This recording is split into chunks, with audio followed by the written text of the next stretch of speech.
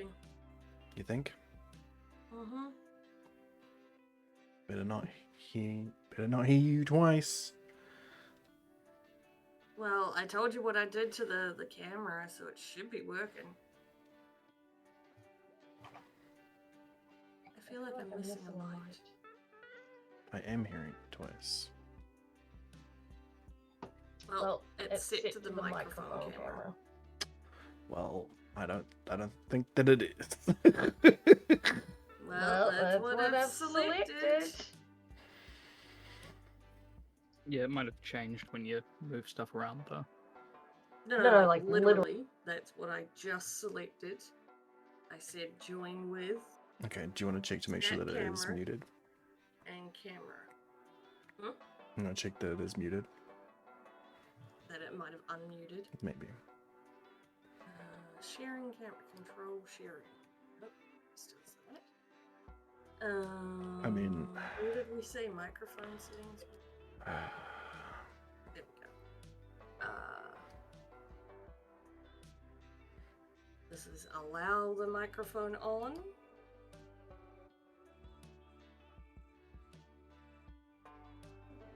Okay, speak. Hello? That's even worse. What did you do? No, wait, no. Hold on, speak again? Hello? Okay, so I'm not hearing you Is through... Yeah, I'm no longer hearing you through through you now, but your audio is awful. In Discord, so I think Discord's device has changed. Oh, Discord's probably changed which one it's fucking using. No, it says it's using microphone Yeti. Oh wait, no, hold on. Now speak. Hello? No, it is you now again, and it's awful. Yeah, because it's using the camera one, which should be set to 0. I don't know how you've managed this. I don't know, I did what you said. I set it to 0, and this is what it's doing.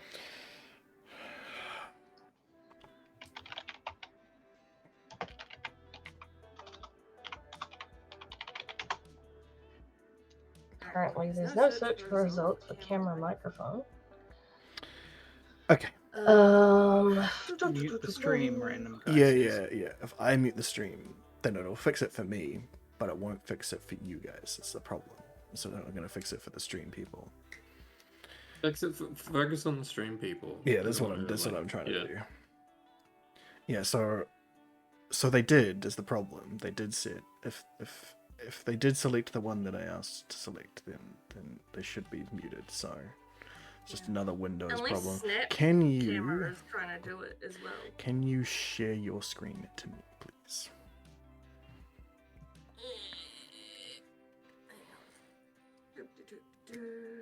Technical difficulties, everyone. Yeah, they are indeed on this. There's your first problem, says Skelly. Mm-hmm. Where was I? I'd gone back into here. So sound properties. That's I guess that's the right one. Settings. That's the video part. You don't want that part. Did I click the wrong one? You want the microphone part. This is a different way than how I did it before. Cancel. This is not the right one. You want that microphone part. No. Oh my god, you hate it. Okay, so what do you want? Now you're in a different place. What happened? Oh, properties. Good hardware. What I had before. No, oh my god. You're too slow. No. So this is the one that says microphone. Sound. Microphone. You see the microphone part? There we go. Properties. Okay, this is the wrong bit. This is the wrong bit. This is not going to work. Okay, so go to your audio devices, please. Right click on your sound there, down in the bottom right. Mm-hmm. Go sounds settings. Sounds, I guess. No, sounds are not right. Oh no, sounds. Okay. Sounds would have worked. Sounds? Yeah. Man, Windows 10 just put everything everywhere. Go to recording, please. All right. So this is the microphone. Yeah, that's currently set to the. I wonder if default it's because it's coming through device. voice meter as well. No, that's us coming through voice meter. Yeah. Level 0. Okay. That's what I'm saying. Like, Just I know set I didn't. everything else to 0 as well then. I mean, you're not streaming right now, so that won't matter.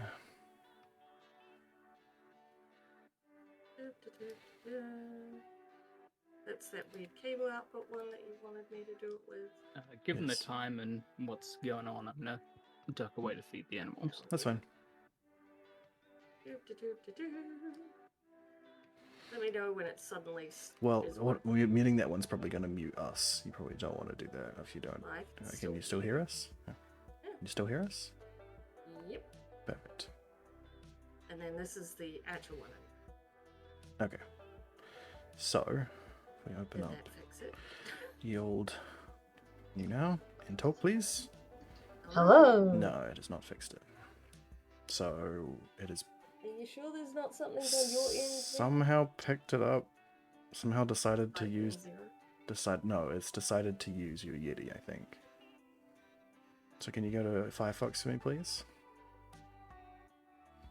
Mm-hmm. Go to your settings in there and go to privacy and security, I think. Wait. Oh, Not so- this? let me find it. This is just go into settings. Oh no, of Firefox entirely. Oh, that works too. And then just disallow the microphone. Okay, I think you're frozen up now, haven't you? Yeah.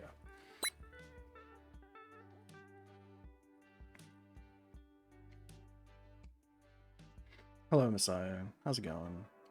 Ah, no difficulties indeed. Alright.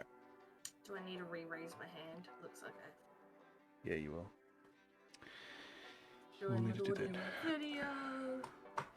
Face the virtual camera That will work. one. It's empty. I was using Oh, a that snap one, camera. but Okay, so could I use like this instead? I mean, any one of them now should not have any audio. Don't remember. Just go allow. If that doesn't work, I could just tell it not to allow. No, any no. voice So it and doesn't. only allow camera. It you know gets a bit weird about that. Oh, Okay, speak for me, please. hello. My camera's like switched around and it confuses me. My tattoo's on the wrong side.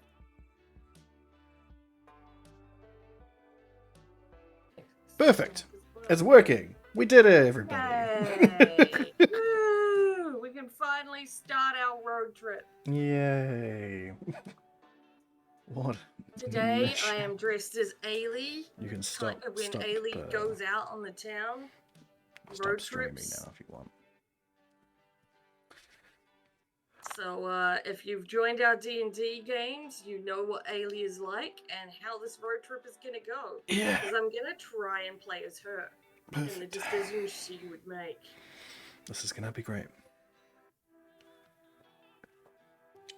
Okay. Oh, I should probably like tell everyone that this is You where should. I am today. You should do that. Was the road trip a dangerous idea? Yes. Was it poorly planned? Yes. Did we do it anyway? But yes. For in the end, we were young and unafraid, and we were ready to start. My time to shine. Alright, Ailey. Where are you going? What are To the the biker options? bar? Oh, bar, duh. Okay. Do you even have to ask? I mean, there's also a troll gas station. There's no sound from game on stream. On again on stream. Hmm. It might be because it's very quiet and you guys are very loud. Can I change that in game again? Public. Okay. Is that better? No. I don't know. I don't want to touch anything There's no- in case it's I still- kill something. No audio at all? No, like I can hear you and Power on your stream, am in the stream, but I can't hear anything from the game. But I don't know if the game's making of the game's making of the game's making of the game's making of the game's making of the game's making. I'd normally be making music. Whoa, something's looping. Yeah, no, sorry, that was. Yeah, no, the game's coming through. Oh, the lo-fi music is the game. Yes, that's not me. Oh. That's not me just playing some lo-fi beats in the background. Okay, I probably am. Oh, That no, loop wait, was I've got pretty good. speakeasy music playing in the background at the moment. So wait, which one am I? Because you and Power are both sharing your screen. Which one am I meant to be looking at? Mine. Not my one. I'll stop sharing now. Oh, okay. Yeah. All right. Okay, so Biker Bar, yes. Now, Scott, you've got to look tough when we get in there. Rolling up my sleeves already. Are we in different cars? Are we? I guess not. I mean, we've got Ghost. What's her little face? Lady Also, Vertigo's Ghost? not here at the moment. Vertigo is not yet here, at the moment, but that's fine. Starting with these. was I fine. sure can, Messiah. Starting with Ailey anyway, so Ailey can make all their choices. Breaking bottles, clinking shot glasses, revving motors. The crash of a window some dude just got thrown out of. Looking for a lighter, pal? Such are the dulcet melodies of a bona fide biker bar. This is your chance to embrace your inner badass. What do you do? Polly, I have a question. Alright. Are we gonna wait till Vertigo gets here before we do voices? Or are we doing them now? I mean, Vertigo's not here and we're gonna continue this shit because we started pretty late, so Which one do you want me to be? I don't care. Which one do you want to be? Oh, I'll start with him. Lily, I've been meaning to ask you. How do you road trip? It's okay, Scott. There's no shame in asking, Scott. Let me explain. All of us will share 6 essential resources, and we need to manage them wisely to keep this trip afloat. So we need to be careful, because the choices we make during the trip can affect these resources. And if one of them depletes completely, we could kiss this road trip goodbye, not in a good way. I get it. So our goal is to avoid running out of any resource and keep road tripping forever. Oh right, I forgot to share before, like, doing this, so I can't share it. No. The goal is to reach one of the 6 destinations every road trip leads to. I have this travel guide that explains how each destination requires us to hold a different resource. You can check said guide whenever you want. Click on the destination tab to the right to press E on the keyboard or left mouse button on the... No, just left button on the controller. LB. There you'll find the requirements to reach the destination and win the game. Enough exposition, narrator voice inside our heads. We get it. Get our resources far above 0, hold enough of one resource to reach a destination. Let's go! So, what do you want to do? Start a brawl, play some pool, grab some drinks. Grab some drinks! Ailey would definitely grab some drinks. I don't know what the sad for. You're gonna lose money. Yeah, because we're spending money, but we'll get us something else. You and your friends take a seat at the bar. A tough-looking unicorn and boisterous storm elemental sit next to you. Hey guys, I didn't know you drank here. Hey, bro. Hi Susan, we're just passing through on our road trip. Do you and your friend come here a lot? Yeah, all the time. Whiskey and I own this place. God damn it. Wants The to be unicorn. 9, you can just use your normal voice. No, I'm not doing voices. You said I wasn't doing voices. You I can need just- to hang out. you can just read it out. Talk, so you can just It's talk not my it. turn. No, Alright. that's the point. Ugh. Vertigo's not here. You need to fill in until then. This is why I didn't want to join for this. Fine. Well, not literally someone else does that, but we own, like, the cred of this place. We're tight with all the regulars, like Johnny there. What's up, man? How's your niece? The biker whiskey shouting looks up and says, "My name's Broderick. Who the hell are you?" Haha, classic Johnny, such a jokester. Right. So, what's good to drink here? Right, the fermented gasoline. It'll put your hair. It will put hair on your chest. Sure, the gasoline's pretty good if you're into fruity stuff. I'm a screwdriver man myself. The bartender slides whiskey, a literal metal screwdriver, in a pint glass. He starts chewing on it vigorously. You gotta love the authentic rustic flavor. What are you gonna order, Ailey? No pressure, but we're totally gonna judge you based on your choice. So passionate. Order a punch in the face, the strongest spirit, the spirit of someone really strong, or a glass of water. Ooh, I presume Ailey would pick the strongest spirit. So punch in the face is pretty good as well, but should be like spirits. That's what she wants. Yeah, right. You paid -2 money, and the waiter brings out a ghostly brew. The spirit of an extremely muscular man comes pouring out of the glass. Ailey, he says, I am the spirit of the strongest man in the world. I have many names, but you may call me Mr. Worldwide Pitbull. Tell me, are you worthy of consuming me? What feats of incredible strength have you performed? Well, pull-ups aren't my strong suit, but my pet fish died last winter, and I bore the crushing weight of his loss every day.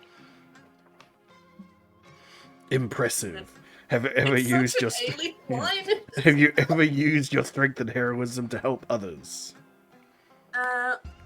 My mom calls me a strong, helpful little kid when I help her carry in the groceries. Good enough. You are clearly strong, but now it's time for the true test. Are you strong enough to lift this pint glass? You try to pick up the cup you've been given. Wow, this thing is heavy. What kind of Goliath was the bartender who brought it to you? Want us to help you lift it, Ailey? If we work together, we could do it. Go team! Yeah, true strength comes from friendship and teamwork. Well, that's a little corny, but fuck it. Whatever gets this alcohol into Ailey's bloodstream the fastest. Your friends work together to tip the strongest spirit into your waiting mouth. It tastes like an old gym sock, and +2 soul from the literal soul of Mr. Worldwide Pitbull. Refreshing. It's Vertigo back. It's Vertigo back. Oh, I see. We like step between. Yeah, I don't think we're on the road trip together. No, we are. Just- So we're Yeah. all here. Well, now. we weren't in that scene. No, we weren't in the scene, but That's what I mean. We're making the decisions, so we each Vertigo make is a supposed to- decision next thing, and we're supposed to work together to keep. Yeah, no, I know, but like Yeah. law-wise, we were just sitting in the car that Yeah. time. Or at the back of the bar. No, we were in the car. I didn't go in. Yeah, that sounds like alright. I don't know which one Vertigo would. Was it the Dynast or used car? Dynast. They'd probably pick the Used Dynast. car Right? dealership. Uh, Well, that looks like soul that we need to get. I think. I Was think that we magic? get more soul going here. Or is Versus we can get gain more money? Yeah, but exhaustion instead. Well, stamina. Low stamina, maybe. It is stamina. Plus question marks. Yeah, I'll quickly message Vertigo in case they respond. And they're probably doing They said they were Doing doing, the the Phoenix- cat shots the and stuff. cat stuff. Can I? Yeah, like, this is switch? why I wanted them to probably go last. Because I knew this. You didn't Well, say anything. I mean, it was gonna happen regardless. Well, no, I didn't want to go next. Yeah. I've messaged them, but we probably won't get a reply because they're probably stabbing a cat. Yes, probably are stabbing a cat. All right. Just play for Cat them. I don't pick. think they care. Chat pit for us. It's Are already we happened there now. yet? Never mind. The Dynast. The Dynast is a classy locale made from the road tripper with discerning tastes. Sadly, it looks like everyone and their mother is a road tripper with discerning tastes. This place is packed. The only way you're gonna get seated anytime soon is if you sit with someone else. It's a great opportunity to smash conventional manners and make new friends. Who do you sit with? Ooh, again, let's choose an action and make an event happen. Yes, I'm ready for all the randomness these events involve. Yeah, actually, Polly, I was checking this travel guide, and it seems they aren't so random after all. Look, these different signs apparently refer to different types of events. The most common type of events are called exchange events. After making a choice in those, you'll always lose a resource and gain a resource, no matter what. The trick is making the right choice, since that'll decide which resources are gained and lost. But if there's a resource sign next to the event type, that's called a known resource.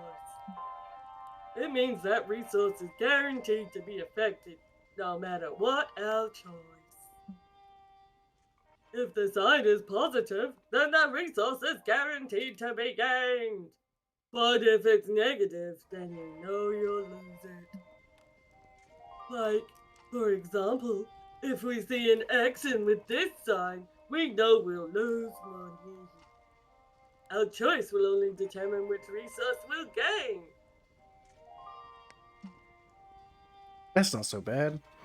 We know gaining a resource is unavoidable. We could be strategic about it. This all sounds very useful, but also like too much pressure for a fan favorite Polly to keep track of. Vertigo, can we leave these decisions to you? Thanks. I say the question mark one because we know Soul is the one we're doing best with. I mean, we need to get one up.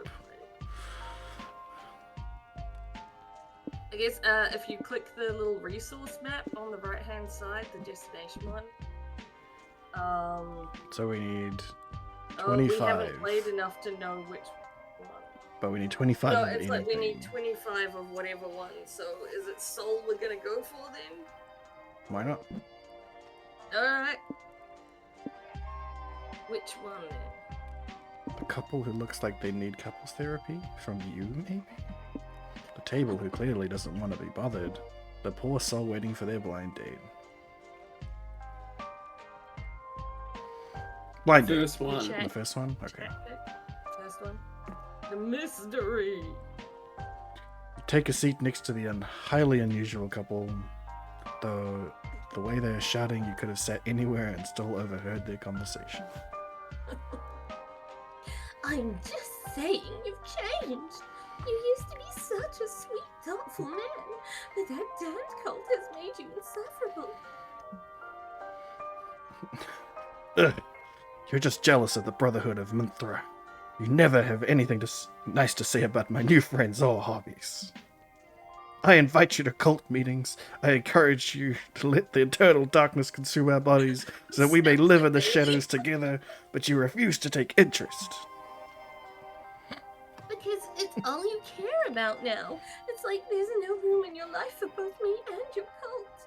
You aren't the same man I married. I don't appreciate you playing the victim in all this, Willow. My cult isn't the only thing that's changed around the web, you know. Is this about how I ate the kids and the dog? I'm a black widow. You should just be grateful I haven't eaten you yet. Jeez, marriage is a lot more complicated than I thought. It's a classic he said, she said, deity said, dogs did situation. You see it all the time on Maury. I have an idea. Let's meddle. Vertigo, weigh in on the argument. Is Vertigo back yet? Mm-mm.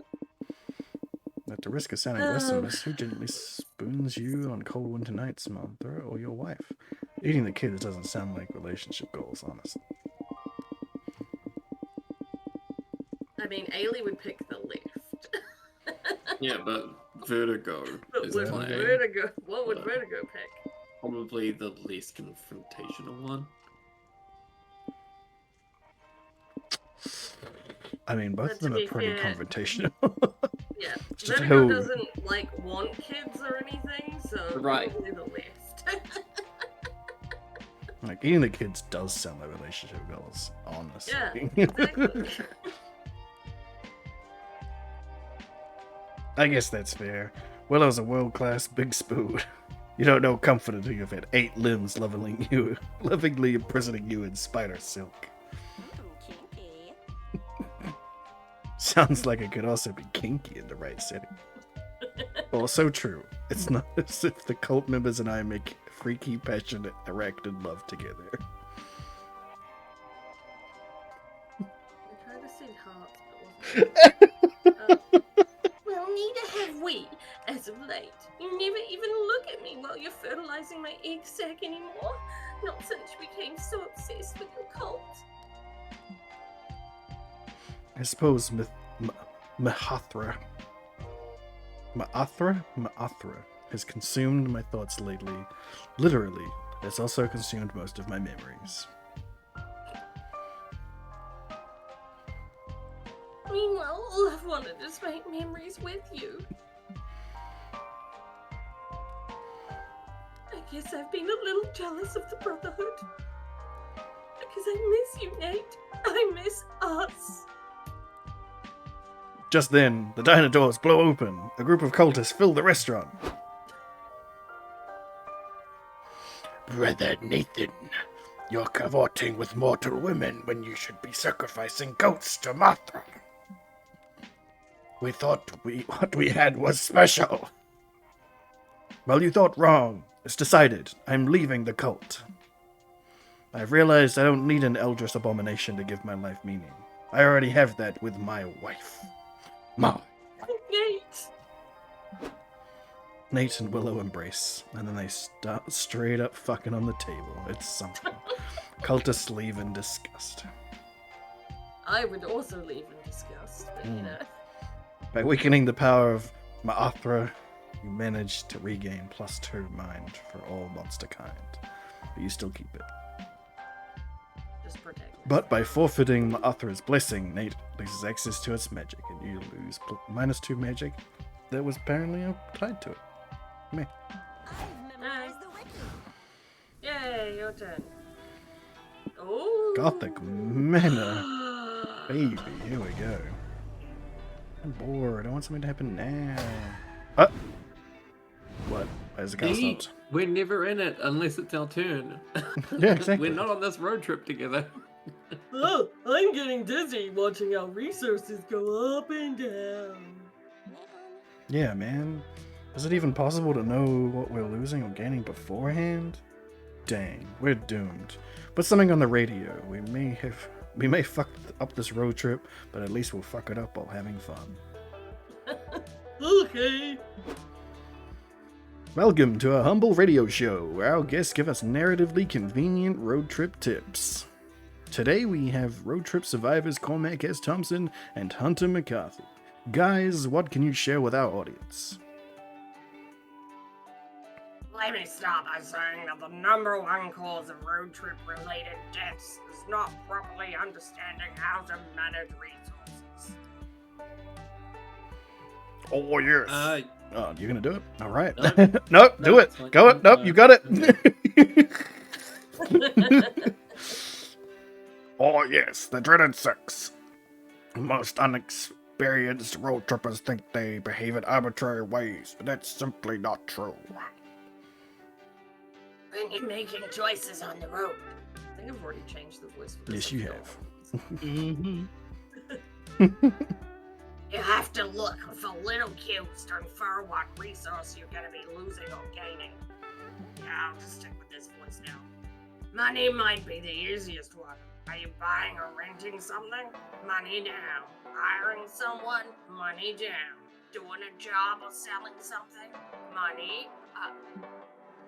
Oh, beware. Sometimes... where did that voice go? Sometimes the solution doesn't obviously involve buying something, but it involves using expensive stuff you may need to rent or buy. And what about magic? The mysterious substance that fuels our cars. Magic is tricky, because sometimes you need to use it for spells, summonings, curses, but that will mean lowering your magic and risking an empty fuel tank. Getting magic up can be quite hard. Every man does. You could find a gas station, or you may need to resort to performing sacrifices or colluding with strange, powerful entities. You know, classic road trip stuff. Our time is up, fellas. Let's discuss other resources in future episodes of everyone's favorite radio show, Convenient Exposition. Applause. Well, that was stupidly convenient. Scott, did you take notes? Nope. Well, I hope Skelly did. No, I didn't. Otherwise, we're truly fucked, and not in the good way. You're driving along when the road is flooded by a sudden thunderstorm. You have no choice but to pull over and look for shelter. But in the velvet darkness of the blackest night, burning bright, there's a guiding star, no matter what or who you are. There's a light. With wet newspapers over your heads, you arrive at an ominous Gothic manor, knock on the door, and are invited inside. Once inside, where do you go?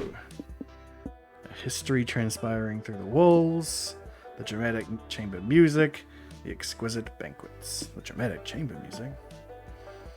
Follow the haunting music to a grand ballroom, where a cloaked figure in a white masquerade mask is playing the organ. He greets you. Oh, hey. Is it Liam? It's You strangers, behold my tragedy. The operas I compose are only to be sung by the angel who has stolen my heart. Oh, sounds saucy. Who's the lucky one? A beautiful singer of passionate mezzo-soprano voice who visits this manor every night to rehearse the music. Miss Merrick?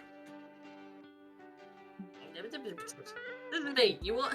I have done well so far. Yes. Just being Phantom of If the Opera. only I was brave enough to ask her to become the star for my grand. But alas, no, here she is. She's here.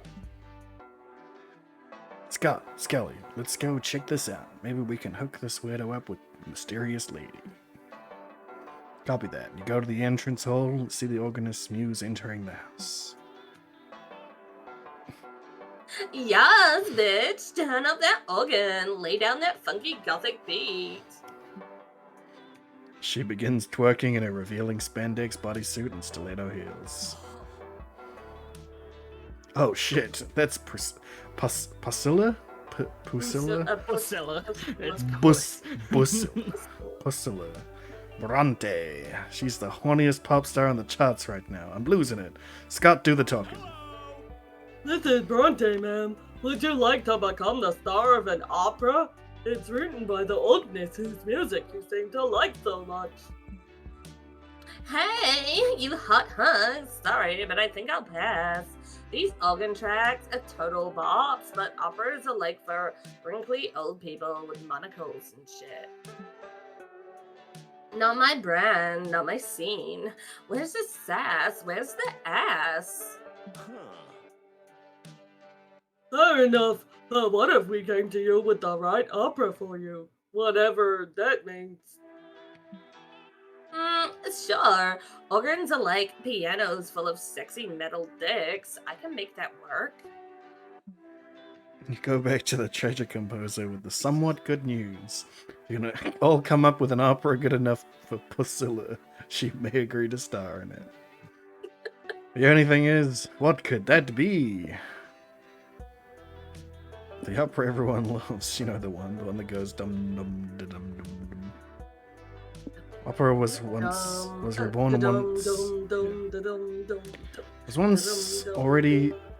once already through rock opera. Maybe it's time for the most thrilling twist on the genre yet. ASMR opera. Both of these options suck ass. Which one can you twerk to?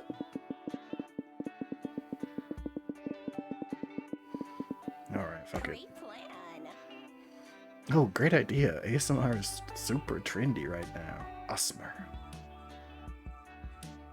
I could do an ASMR opera. It's not a genre, I know, but I love a challenge. I'll craft a story filled with pathos and tragedy about people wearing leather and carrying whips. No, ASMR is like whispering, doing mouth sounds close to a microphone. Oh, mouth sounds? That sounds kinky. I'm in. Well, not all ASMR is kinky. It's also used for relaxation, meditation, sometimes spiritualism. Yeah, I get that, but if I'm gonna do ASMR, it's gonna be that raunchy, freaky shit. Like licking and deep throating the mic shit. Will that work? I don't see why not. You produce your opera. Less than 3 soothing, sloppy ASMR opera. Less than 3 mouth sounds, mic licking, sensual tapping. Less than 3 drool. Less than 3 starring Priscilla Bronte. The audience loves it. Never before have they been so simultaneously so relaxed and so aroused. One opera critic reviews it and says, "No one seems to agree on what defines art, but if opera can give me such a big hard-on, maybe that's true art." Another says, "For years I have had to pretend to like opera to fit in with my critic friends. Not anymore. Finally someone made an opera that isn't fucking boring." Gained 2 mind from the relaxing eczema, but you lost 2 hype because even Priscilla made it sexy. Even if Priscilla made it sexy, you still proposed a genre meant to be put people to sleep. Yeah, it's fair. As the show closes, the organist approaches Priscilla. Mademoiselle, I can't hold it in any longer. I'm deeply in love with you. Your voice is an angelic glimpse into what true beauty is. And each time you open your mouth, I'm transported to what must surely be paradise. Ah, thanks. You're cute in a gloomy, creepy way. Want me to swallow your mic? And so she swallowed his mic, by which I mean his penis, if that was unclear. A true love story. Jesus, they just fucking went for it. They really did this time. Did you change like the settings to be like, yeah, we don't care how gross it is? I just left it all off. Lift it up. Yeah. Alright, 9. It's 9. What am I? The cat boy. You got a motel, fancy motel for the discerning overnight guest, or a futuristic gas station. Transportation of the future today. Go to the fancy motel. Fancy motel. Got a swimming pool. The wind on my face makes me feel so alive. Dude, rude. Where do you stay when you're too cheap for a real hotel, but too fussy for a regular motel? Here, apparently. This place is full of class, charm, and poise. 3 things you've always lacked. Which means tonight is the perfect night to cosplay as a rich, fancy person. What do you do? Prank call the front desk, visit the bar, explore the amenities. Amenities. I got it. Amenities, woo! Yeah, that's actually right. Yeah. Cut to a montage of you enjoying all the amenities. Free towels, jacuzzi, buffet, jacuzzi in the buffet, buffet and in the free towels, many more combinations of the 3. Scott, 9, look, I love free towels, buffets, and jacuzzis as much as the next gal, but I feel this is a bit overstated its welcome. See, they never talk to the other characters. That's so dumb. I say we You should just look for stay in the something new car. amenity-wise. Let's do We it. are That's how staying it in the works with car. the other ones, right? Yeah, I know, but it's dumb. Because the other ones, we individually were going and doing these things, whereas this one, Yeah. we're meant to be in the same road trip together, but we're clearly Yeah. not. That's You true. just get stuck in the car when it's not your turn. Dumb. You're in another room in another jacuzzi. Yep. More and then amenities. And so you head to the front desk. It'll probably be Vertigo finally. Yep. Amenities, you say? Have you already tried the buffet of free towels? It's an all-time favorite. Been there, done that. Give me the goodies. I'm sure you have like super special amenities only for exclusive clients. Wow, my tongue could not get around that. There's no such thing, ma'am. We offer a wide array of equal to all clients. Sure, I hear you, but seriously, tell us about the super secret, exclusive, super special amenities. Wink. Wink. Ma'am, I'm telling you the truth. There are only the amenities you see, and that won't change no matter how many times you ask for it. Gimme, gimme, gimme. Come on, give me the secret, exclusive, super special amenities. Gimme. Well, fancy motels rules state that we can only show the secret, exclusive, super special amenities if you ask 3 times. So here you go. Secret exclusive super special amenities? Woo! Nice. You check your options here. Pillage other guest rooms, undergo initiation rites to join the fancy motel's exclusive member cult. That one, the cult. Alright, meet in conference room 2B at midnight. Bring a cloak and a credit card. You return late that night with your most cultish attire. You pay -2 money in membership fees. Welcome, new recruits. First, we must prostrate ourselves before the Motel Mighty and give it a sacrifice to keep its ancient maw appeased. Brother Raoul of room 223, you brought us a worthy sacrifice, right? Yep, this is Chuck from room 224. Wouldn't turn down his true crime dramas, kept me awake all night. Sacrifice his ass. The tacky abstract design of the tile floor opens its mouth and speaks. Farewell, Charles of room 224. Tremble before your overnight god. Who shall complete the sacred sacrifice? I'm not allowed to get blood on my uniform. We got a kid's birthday party after this. It's party time. I'll do it. I'm not usually into assassinations, but vacations are all about trying new things, right? Polly slits Chuck's throat and shoves his body into the motel god's mouth. She's such a team player. Not yet appeased, says the motel mighty. Want dessert. Dessert in the form of whelp reviews. Need good whelp reviews. Let's see. 9 left 5 stars. Polly left 5 stars. Scott left 4.8 stars. I wanted to leave 5, but Coach taught me that there's always room for improvement. I'm satisfied. Remember, peons, if you invite 3 new cult members with your referral code, you get 2 free 2-night stay. Now dance and make merry. Woo!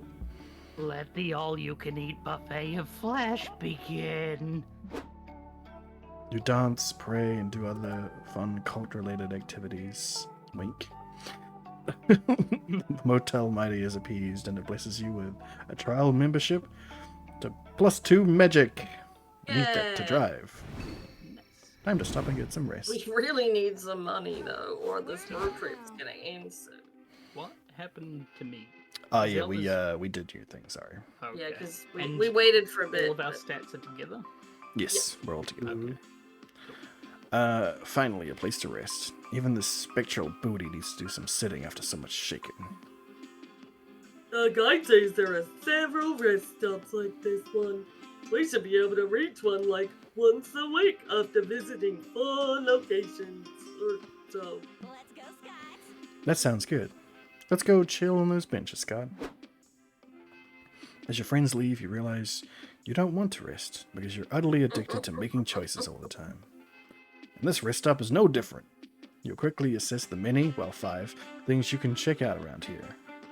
But beware, with exception of the car, each choice can only accommodate 1 player. It's first come, first serve. Now go and see what the different spots do. Alright. Does not say what they do. So, noodle I'll stand. go to the bus stop. Bus stop. Sure. Battleground, rest area, info, noodle stand, car. We need money, don't we? So I'm not going to go to the noodle stand. I'm going to go to the info. Info. Let's choose wisely. Noodles. Ah, 9. I will go to car. Car. No, wait, that's boring. I will go to the rest area. I just managed to unclick there. Just in time. Welcome to the bartering stand, where you can barter with little trinkets and manage your resources a bit. Each trinket is tied to a resource. You will lose the resource tied to the trinket you give away, and gain resources tied to the trinket you take. Also, Noodles is here, but I don't know if that's a good thing. Oh, so that's Noodles. That's Noodles. Main character. Go, Valen, go. How's it going, meat sack? Welcome to my swap shop. See anything you like? I'd love to make a trade.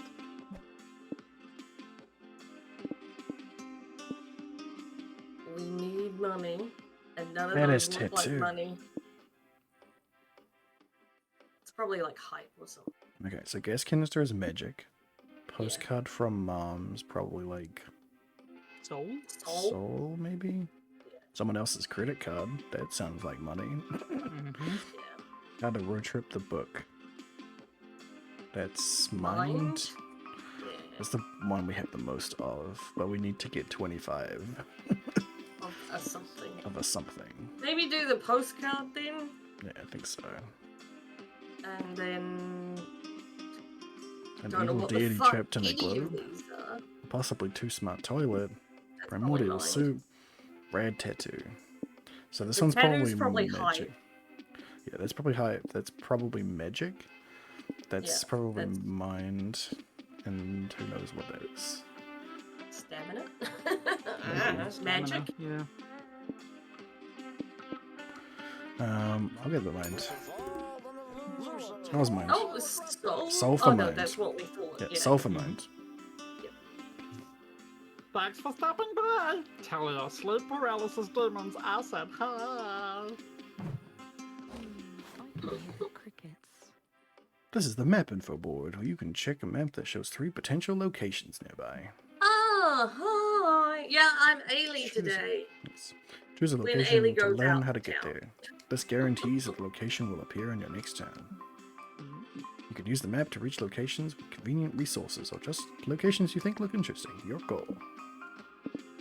World's biggest potato, animal sanctuary, or shopping. That's mind, stamina, or unknown.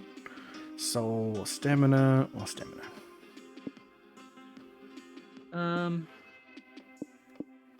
I think maybe go for the first one. That gives plus to mind, right? Yeah. Well, Yeah. it'll be after one of the choices we'll have. It will be Oh, able to okay. gain Really, mind. it's not guaranteed, Yeah, but yeah. none of these are guaranteed. Yeah, we don't know what the other ones are either. Cool. Yeah, I'll go for that one. Welcome to the benches, where you can relax and talk with either Polly or Scott. Conversations you can hold with them, a chilled narrative treat with no choices to be made. If you have enough conversations, you might score a date ending with one of them. Oh. Also, by having a conversation with Polly or Scott, you'll activate the chaotic energy passive effect, which will remain active for the following week. What does it do exactly? Find out for yourself. Oh, Go great. make some small talk. Do you want to talk to Scott? To Scott. Conversation effect Oh, for there you go. 1 week. All resources, gains, losses from locations are increased by 1. Ooh, Ooh, so we that's lose both one good more. now. You and lose 1 gain more one. and gain 1 more. Yeah. Oh, it looks like it's the for same both. for both. It's the same for both. Yeah. For this So, At let's least for this conversation, it is. Oh my god, what a That is postcard. amazing. Holy shit. You've joined just the right time, Chelsea. I'm gonna take a screenshot of that. Look at that fucking buff cat. He's Delicious. so buff. Hot damn. Alright, 9, what are you asking about? Is interest in the night sky or his sports team? Night Sky. Hello, peoples. Pyro, Hang on. There we go. you're the one talking this time. Oh, stars rock hard, don't they, bro? I love looking at them. Such a bro. Was like nonchalant. I don't give a fuck. They are pretty. I want to learn everything about stars. like what they're made of, or where they go during the day. Look at that face. Oh my god. Astronomy's biggest unsolved Too mystery. much latex, I can't move my face. I also really like how stars are team players. Like they shine brightly by themselves, but they still buddy up to make constellation. Yeah. This is Monster Prom road trip? Monster Prom 3 road trip. There you go. Continue, Scott. And I'm guesting as my D&D character, rather than bothering streaming myself tonight as well. Yes. Scott. Alright. There's one thing that's apparently my birthday constellation. The Little Crab. Oh, you said kids? It's one of the hardest constellations to see, but I keep an eye on it so it doesn't feel ignored. Of course, I start yawning during that. Go, Little Crab, go! I'm trying to learn all the constellations, but until I do, I like to think up constellation names of my own. Oh, okay. What's the name of that constellation there? That one is the Playful Pelican. It represents a pelican, and rumors say it's very playful. What about that one? I think that one is the Sky Umbrella. It looks like an umbrella, and I like to think it protects the other stars when it rains so they don't get wet. My caffeine is finally running out. Ellipses. Scott. Yes? Nice. I think those names are very cool. Oh, thanks, bud. You keep looking at the stars as Scott tells you about the different constellations he's made of. It's a warm and cozy night. Chaotic energy. Wherever the prank masters go, hijinks ensue. Can you handle the consequences of their mess? Next week, all resource gains and losses from events are increased by 1. The night is young. This is the bus stop. You can either check for hitchhikers to pick up or have a conversation with the one that's already riding with you. Conversations are chill, narrative treat with no choices to be made. If you hold enough conversations with the same hitchhiker, you might score a date ending. Additionally, each time someone has a conversation with a hitchhiker, their passive effect is triggered. As you play, you'll learn what each character's passive effect does. Exciting. You can have one hitchhiker at a time. If you pick up a new one, any prior hitchhikers will leave into the dark of the night. Valerie? Oh, thank you for inviting fans. Oh, this is such a tough decision. It's the vampire and the cat. Because man, it's Bailey, they the cat. He was the shopkeeper in the first one. Yeah, she's He's the shopkeeper. Singing And she Brotherhood was in the noodles second give one, plus right? 1 resource gain. For 1 week each to return, you'll gain Oh, plus 1 actually, line yeah, with twice that a night. effect. Oh. We don't I'm have trying to much. think which one. I would have thought Ailey would be like, hey, cat. But also. Also vampires. Yeah. Yeah. And Ailey does like vampires as well. Yes. Liam, we haven't seen Hipster Boy in ages. Who wants to be Hipster Boy? You invite Liam to join your road trip. Hitchhiking? Me? Okay. I'm fine to do that voice, I guess. Liam de Lioncourt on a wacky road trip. How utterly disruptive. Oh. What? Okay. Fair enough. Is it changed up the order, or is that just Oh, how yeah, well it's we're doing? changed up the order. And now we also have Liam. Because, like, it was our first time picking him up, there was no conversation. No, I mean, But if like, I sit at the bus stop next time, there'll be a Yeah, Skelly's talking about the reordering of our characters. Yeah, well, that's normally what used to happen, right? is it?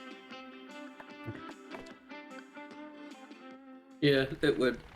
It would switch it up. Yeah. Cats can't normally drown, but I Yeah, no, yeah. Alright, space station or pet contest? Pet contest. Should I recite some poetry to raise morale? No. You're surrounded by the pets of the highest pedigree, here to prove that they are the best of the domesticated animal kingdom. But you've got a pretty impressive good boy of your own who's ready to compete. Scott could win this thing easy peasy. It might be his first and only chance to actually outsmart his competition. Any question that remains is what category you want to enter him in. Hey, wait a sec, that event type looks new. Yeah, according to the travel guide, that sign means this is a quantities event. They work a lot like exchange events. We always lose and gain equal amounts of resources. And we have to guess which resources are tied to each option. The main difference is the amount of resources that are affected by each opponent option differ. They can be affected a bit, some, or a fucking lot. Scott, you never swear. That's how the travel guide phrased it. Dang. So what this foul-mouthed travel guide basically says is, we can choose to play it safe or go bonkers.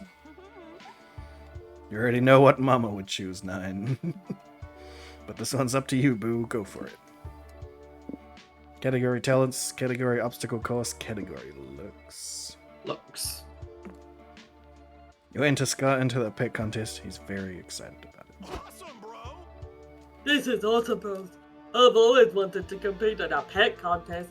I'm 50% wolf, 50% man, and 100% psyched. You are too. You survey the room, sussing out the competition. You spot none other than Delilah signing up to get registered. That says Dahlia. Oh, Dahlia? It's Dahlia. It is Dahlia. It's Dahlia. I don't know. Wants to be the I just read it too fast. I read it too fast. Hey guys, I like you because it was the Australian accent I always gave her, right? Yes. Pretty sure. Like you to meet my pet, Astroth. I found him growing in a septic tank. Isn't he the cutest?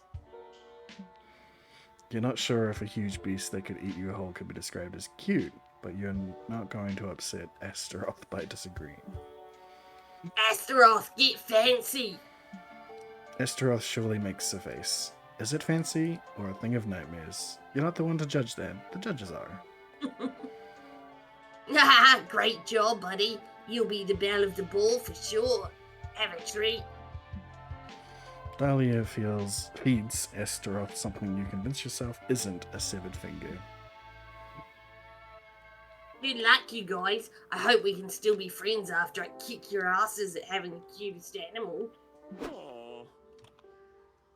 Dang, are you guys sure I can win this? Sorry. Oh, something. Yep. I'm bad at this. I see your point, buddy. I mean, just look at that lady's tortoise. The eyebrows on that thing. That turtle surely fucks. Look at the fluffy orange kitty. Its face is grumpy, but also somehow aloof and mysterious. That cat's got some really big dick energy. Is it the cat? The cat. Your friends are not wrong, but how far are you willing to go in order to make Scott look more handsome for the next few minutes? Scott needs no glow up. He's beautiful already. Everyone loves Scott for being a good boy, but being a bit of a bad boy is sexy too. Give him an earring to make him 5% hotter. The forbidden transmutation circle can turn Scott into the hottest creature on Earth. A bartender. That one.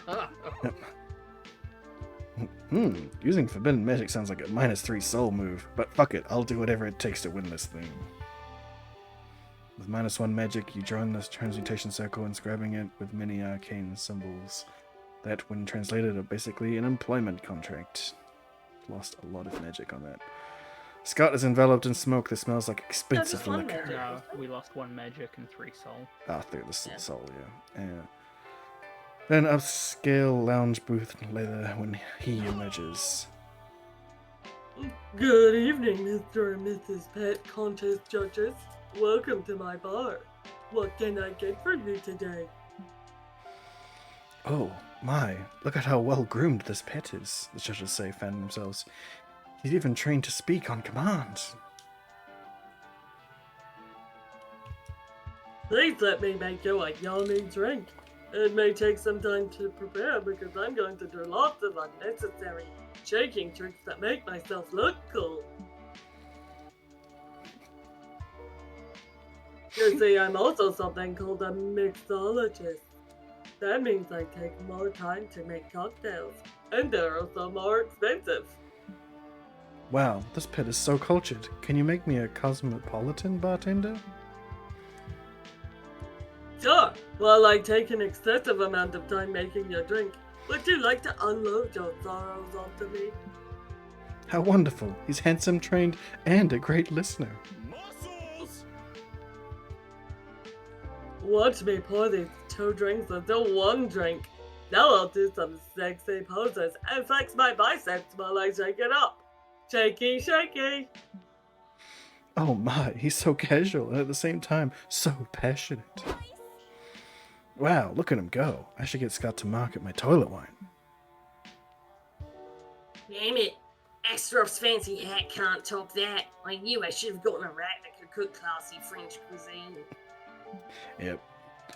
The judges give Scott the win, and some of them even give them their phone numbers. You gain +3 money and +1 hype. Oh, finally. Nice. That's some money. Nice. Alright, Ailey. Wild West Town. This town ain't big enough for the both of us. Which looks like And the other option? magic and Soul down, magic up. But Yeah, we're I think pretty so. low in soul. soul Ooh, up this is soul. and stamina. And Animal Sanctuary, definitely. Ailey will want to pat all the things. Ooh, we're getting there. Let's hope nothing weird happens. What? Why is the car stopped? Hey, Polly, look what time it is. Oh, fuck yeah. Put the alien... Put the alien radio. Welcome back to the Convenient Exposition, the radio show where our guests give narratively convenient road trip tips. Mr. Thompson, Mr. McCarthy, what can you tell us about the mysterious resource known as stamina? Or as it's otherwise known, stanima. Alright, you can do this one now. Someone else. I got this. Let it go, you do that one. The fuel for our bodies. Yum. Getting stamina up is simple. Eat stuff, stay hydrated, get some rest. This is important since arduous activities such as exercising or having intercourse will eat up your stamina. Sure. Look like a way here. Throwing your food away or using it in ways that don't involve eating it will also lower your stamina. Carmack, something you said about stamina reminded me of mind. It takes an experienced road tripper to differentiate how resting raises your stamina, how relaxing raises your mind. You're spot on, Hunter. A strong, relaxed mind can save you from succumbing to road madness, and what, to this day, I suspect is an ancient deity preying on mortal psyches. Relaxing and finding enlightenment will keep your mind up, and so will strengthening your brain by learning new things. But if you overtax your brain, you may actually risk lowering your mind. Anything that strains your brain can result in mind loss, from trying to comprehend the incomprehensible to getting in anxiety-inducing situations. You betcha, says the radio host. Even thinking for too long, like myself, after this very edifying rumination, which is why we'll stop this episode right here. Cormac S. Thompson, Hunter McCarthy, everyone. Applause. Thompson and McCarthy, am I right? No, I have no idea what you mean by that, Scott. Me neither, Polly. Me neither. Welcome to the Animal Sanctuary. It even has a petting zoo. There are some dogs, cats, goats, bunnies, alpacas, ducklings. It warms your heart to see so many animals being loved and cared for. Surrounded by all this wholesomeness and fur, what do you want to do? Pet the animals, volunteer with the rescued animals, cat cafe. Cat cafe. Cat cafe. What's better than coffee and cute cats? Nothing. You step into the cafe and see your friend Faith manning the register. Someone else can do that. She's a witch, if it helps. There you go. Sure. Welcome to the Cat Cafe, guys. What brings you in today? I had to come see my favorite witch. Also, we've been on the road for hours, and if I don't get some caffeine on me, I will literally die, and I'm already dead. Polly, it's impossible for you to literally die if you're already dead. Liberal use of the word literally destroys its true meaning. Mama like it. Ah, I love it when you talk nerdy to me, boo. Thanks. And thanks for coming in and supporting the cafe. The cats here really love the attention and playtime. Yeah. That's good, because I've got a pussy here that could use some playtime. Behold! Polly holds up a cat she befriended in the cafe. My God. Haha, but for real, I was talking about my vagina, in case that wasn't clear. Fuck. Polly, They I'm don't even bother Nope. this time. They're just like, yeah, fuck it. We all know this is sexual. Mm-hmm. I wonder if it's because they probably had to have it removed for like half the time. Ellipsis. My shift ends in a few hours, though. I can text you then. For now, can I get you guys anything to drink? Yes, please. You didn't come here just so Polly could flirt. What do you order? Cat coffee made for cats. Cat coffee made by cats. Cat coffee made of cats. Oh. Oh, no. Cat coffee made by cats. I feel like that's more what Kind of Ailey would go fish, for. yeah. Yeah. Ooh, If she was a Choice. tabaxi, she would have had the full one. yes. This is an exclusive one-of-a-kind coffee we offer, made by the cats who live here at the cafe. Awesome, bro. Oh, cool. Are they specially trained for Aristocats or something? No, they're just regular cats, but that's part of the charm, no? I'm gonna go with no. Scott? That's it. That's my. I was like waiting for the burp to happen. Yeah. There Scott, we there you go. Does the coffee they make taste good at least? It's sort of a matter of opinion. The cats really enjoy making the coffee, though. Is it even sanitary for the katsu behind the counter? Of course, cats are very clean animals. They bathe themselves multiple times a day.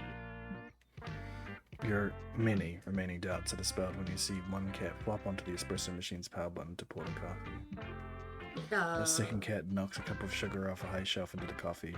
The third bets a ball of yarn until it turns to liver that dispenses your coffee in its cup. A fourth cat licks said foam onto delicate latte art. Here's your coffee, Ailey. Enjoy. The cats are all watching you rapturously to know your opinion. Or maybe they just like that. Cats do like to stare. You sip your drink. Blech. It's full of cat hair and it mostly tastes like that last cat's tuna breath. You got what you paid money for, I guess. At least even shitty tuna-ish coffee boosts your +3 stamina.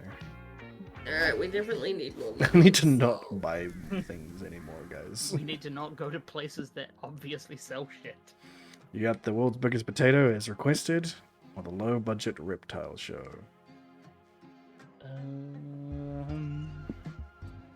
There is mind here. Yeah. I think that's gonna be not mind, bad mind. No, hype. Negative hype. That's what it is.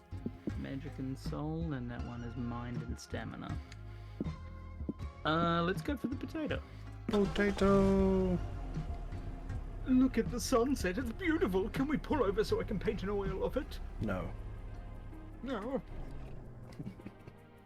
Behold, the world's biggest potato. So large, so starchy, so rustic. So ripe for the creation of the world's largest plate of French fries. There's plenty to do besides stare at this agricultural marvel. What do? Research the potato? Feed from the potato. Benefit from the potato.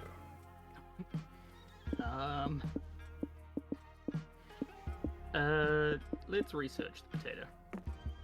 You decide to learn more about the potato, but as you're reaching for some informational brochures, a trench coat wearing rando grabs your wrist. You looking for info about the potato? Whispers. Don't waste your time with iFresHD. If you want the truth, follow the white rabbit. What? Scott. I love chasing rabbits, but there's like a ton of white rabbits in the world, bro. Which one are we supposed to follow? What? No, don't literally follow a rabbit. You gotta follow the metaphorical rabbit. Okay. Are you referring to the white rabbit tattoo on your neck? Is that what we're supposed to follow? Because that isn't what a metaphor is. Yes, that was a test and you passed it. That means I can trust you with this knowledge. The big potato is a conspiracy. Scott? No way. Yes, way. Check out my forum where I post all the theories about the potato. You're just one click away from unveiling the truth. Well, hello there, young folk. Nearby, a kindly old man says, it's the farmer who grew the potato. What brings you to my humble little farm? Drop the act, old man, shouts the conspiracy nut. I'm onto your game. Like potatoes, this conspiracy has many layers, but I'm gonna bust it wide open. Onions have layers, not potatoes. You suck at literary comparisons, dude. Suddenly, the farmer pulls out a gun and shoots the conspiracy 4 times in the chest. Then he points the gun at you all. Sorry, kids. I can't let the potato conspiracy get out. It's a shame, but I gotta kill you. But we didn't even get to check that widow's blog. We knew nothing about the potato other than it's big. So, are we good? Oh, oops, but you also murdered that guy, and that's a loose thread. I can't leave y'all alive. No, you promised your mom you wouldn't die today. Talk that farmer out of killing you. Convince him that you won't tell anyone what happened. Tell the farmer your most embarrassing secret. You don't know exactly where your anus... You don't know exactly where your anus is. Let the farmer record a video of you saying that you will murder the president to give him immense leverage against you. I mean, neither of these are great, really. They never are. And neither of them are really indicative of what's gonna help us out here.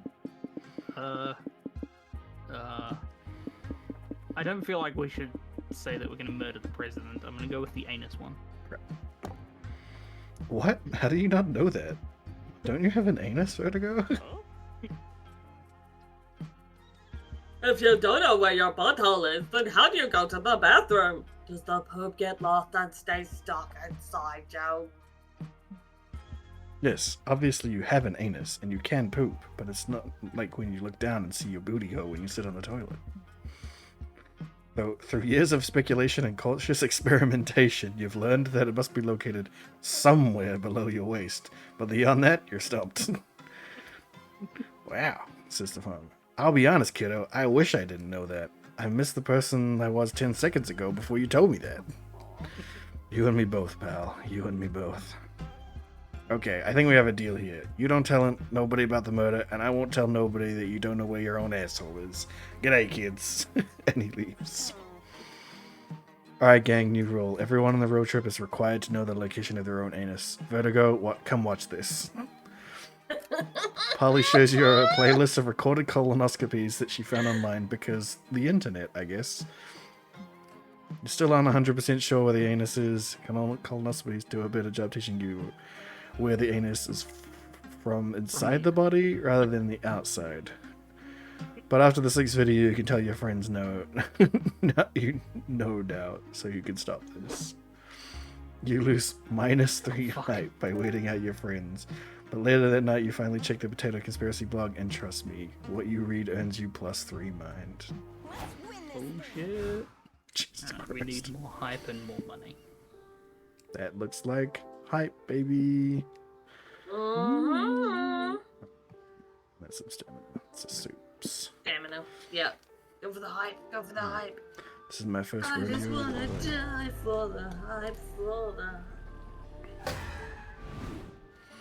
What? Where's the car stopped? Scott, fuck! Turn on the radio. Convenient exposition has started already. We can't miss it. Roger. Who was that? Mr. Thompson, What were you telling us about hype again? Yes, let me repeat anything that makes you rejoice to your core. Get your hype up. That includes laughing out loud, doing thrill-seeking stuff, or going to town, if you know what I mean. Wink. I like keeping my hype strong and vigorous. That's why I avoid all the stuff that will lower my hype. I like doing boring stuff, mingling with dull or annoying people, or choosing mundane solutions over epic ones. Amen.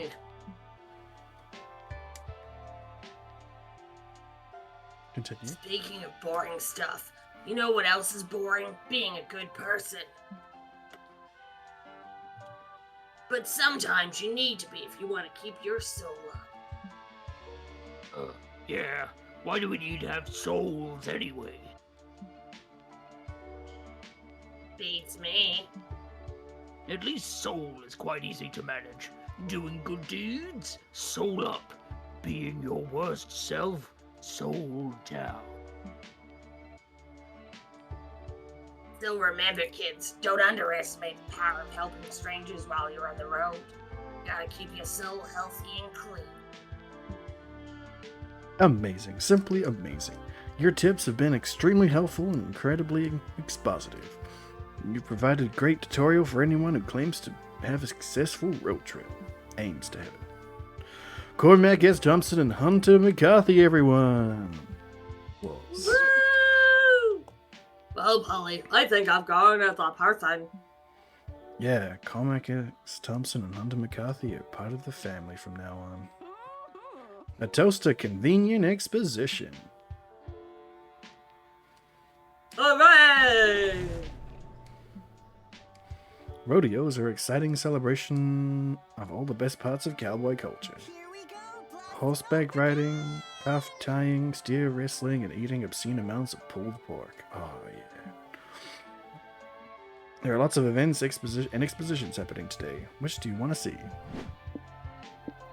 Rodeo clowns, lasso tricks, bucking bulls, lasso tricks.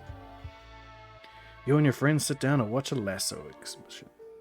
It really caught your attention. Get it? Get it? God, Skelly, yes, we get it. Repeating the same lame pun over and over doesn't make it less lame. I don't get it. I didn't get it. Let's get this lasso show started, y'all. Exhibition announcer that says, our first performer is everyone's favorite cowboy, Morty the Minotaur. Your sexy challenger approaches. Of course he's Who's ready to see some luscious lassoing? Forget vinegar or honey. I'll catch these flies with my thick, rough rope. Morty catches flies with his lasso. The crowd goes wild. Then he uses his lasso to catch the common cold. The rodeo clowns even bust out a microscope to prove it.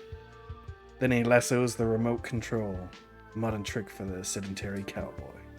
As a finale, Morty lassos his own bulge. It's honestly surprising he didn't do that sooner. Oh, aren't I a catch, everyone? Because it seems like I've used my lasso to catch your eye. Thank you all. Every day I'm humbled and occasionally aroused by your praise. It's an honor to be your unbeatable lasso champion. Unbeatable, huh? We'll see about that. Hey, Morty! I bet my best friend Skelly could beat you. I did put best in there. I bet my friend Skelly could beat you in a lasso up. What? I never lose a lasso off your arm. Morty lassos you onto the stage amidst roaring applause. Ow. Time for you to prove yourself, Skelly. If you're lying about being the best, I'll use my lasso to catch you in the act. You weren't prepared for this, but life's funny that way, I suppose. Time for you to perform the ultimate lasso trick. Perform the Catch-22, a trick so difficult and paradoxical that it's said to be impossible to pull off by any normal means. offer to show Morty this ancient, sexy Japanese art of lasso shibari.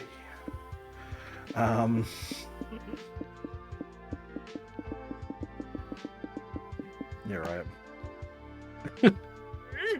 You know the salacious, exotic art of shibari? Dear God, that brings back memories. You see, after I spent summer camp confronting my over-sexualization and lack of emotional depth, I decided my character arc would be learning everything about lasso. So I traveled the world, studying the rope. I sailed the naval vessels to perfect my knot tying. I wove a rope made of my own hair in Egypt. I even spent months lassoing the stars into new constellations atop Mount Olympus. It was a labyrinthine journey of self-discovery. But my time in Japan is what I remember most. There, I encountered a beautiful courtesan washing a rope. Such strong, supple movements. I fell for her instantly and begged her to teach me all she knew. She begged me to stop talking because she didn't speak English.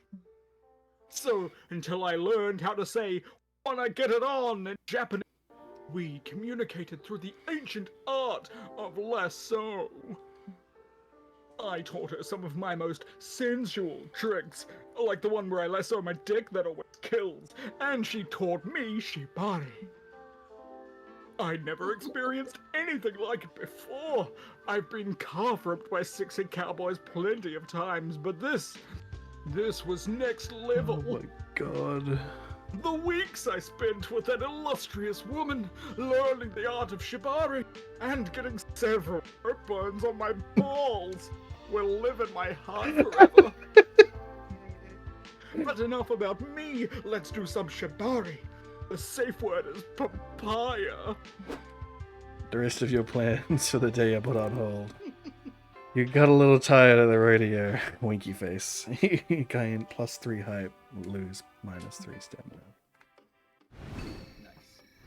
Time to stop and get some rest. I need my 14 Where you going, Nine? Sorry, I'm slightly distracted. They didn't let Daisy on the flight, so she's currently trapped in Auckland. Oh, fuck. Not good. Anyway, so, 9. Yeah. 9? I'll find out what's happening. I sit at the bench. Sitting at the bench? The rest area? Scott? Or the bus Oh stop? wait, no. I'm gonna go bus stop, yeah. Bus stop.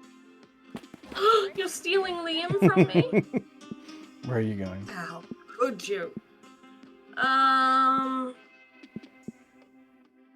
No one did the car last time, right? No. I'm curious what happens if you go to the car, so we'll do that. Okay. There we go.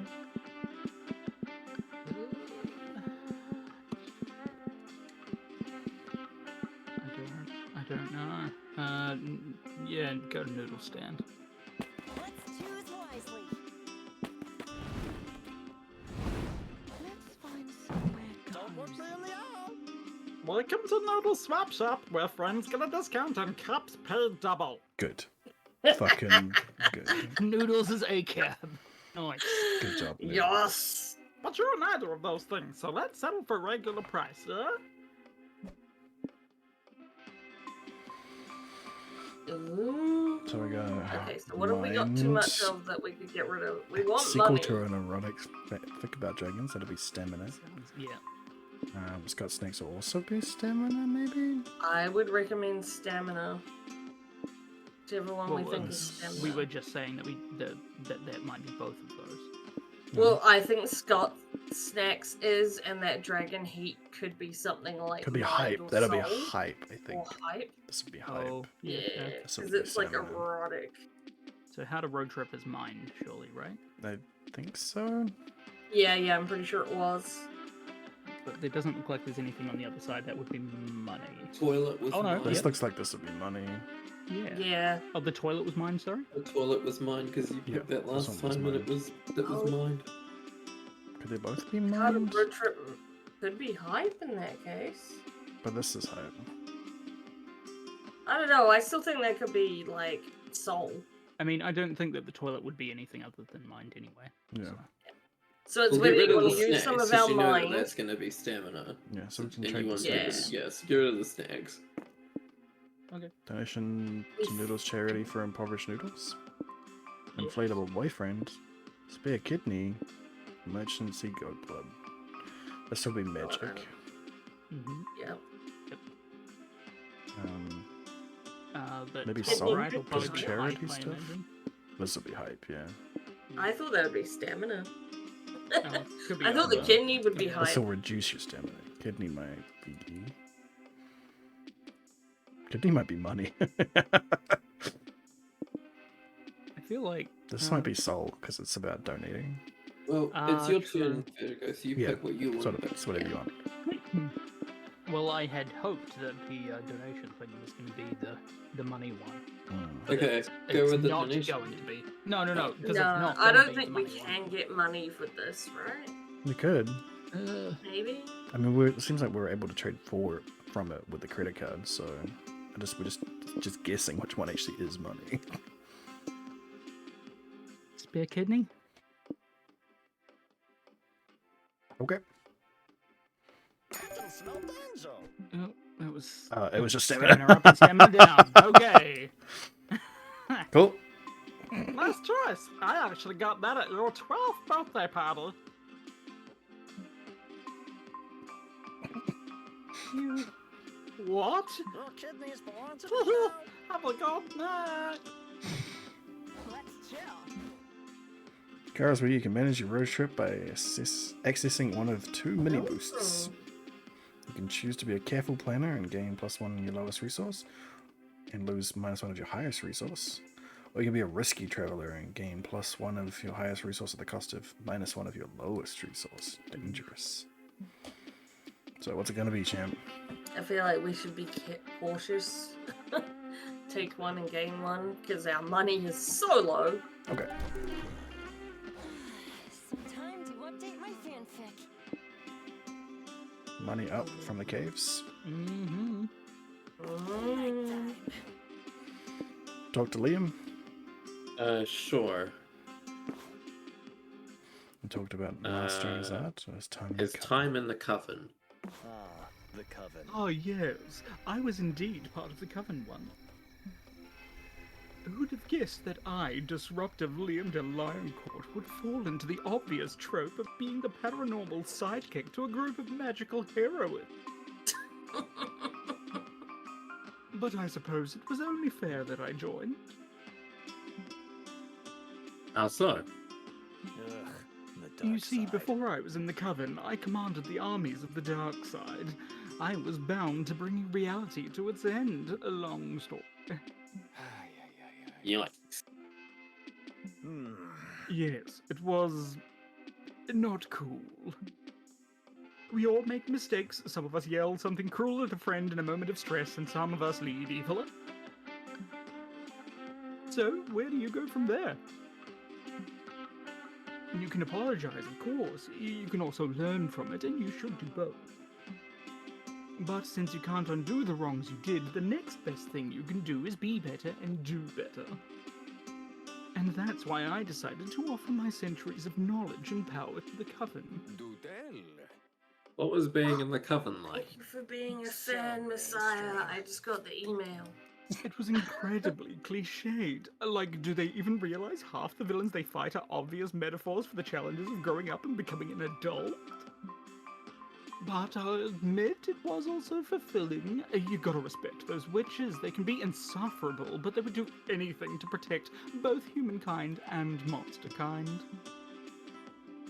It's sort of great, yes. We saved the world countless times until it sort of stopped working for us, and I left the coven. It is what it is, you know.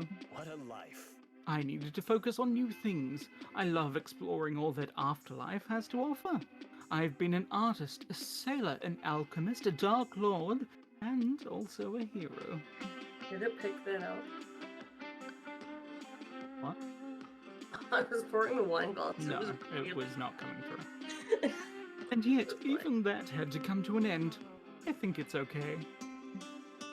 Now I just have to remember that No matter what form I take or what I experience next, I must focus on being better. You know what, Liam? That's probably what matters now. Yes, I think so too. You two sit there in silence, looking at the stars, reflecting. Liam is always eager to explain all the interesting stuff he knows, and you don't. Next week, every turn, you'll gain +1 mind and lose -1 hype. So enriching, and so fun.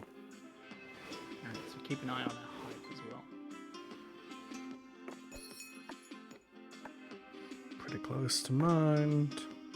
From the wheel, I'm on the road.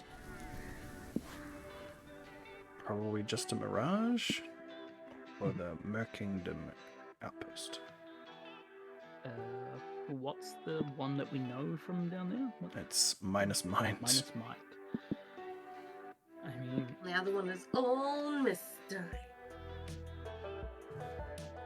I mean, I know that we could stand to lose a little bit of mind, because it's our highest resource, but I think I'll go with the unknowns. Let's go with that. This one? Oh, Yeah, Merkingdom out.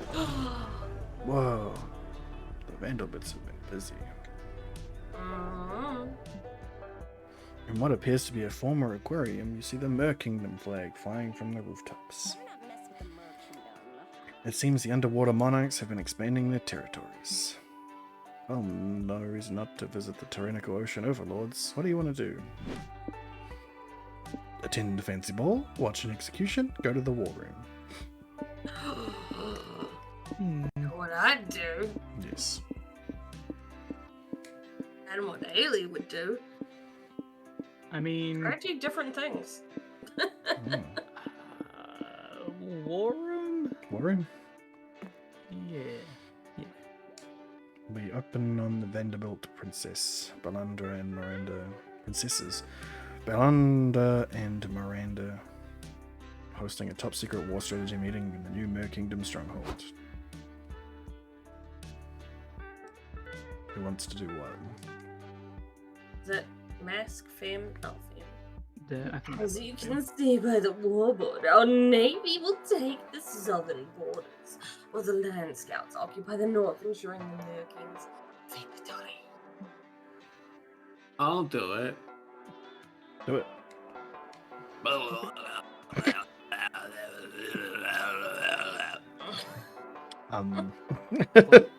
That's it. I did it. Okay. It's my character choice. Alright. She is a fish person. Okay, fair enough.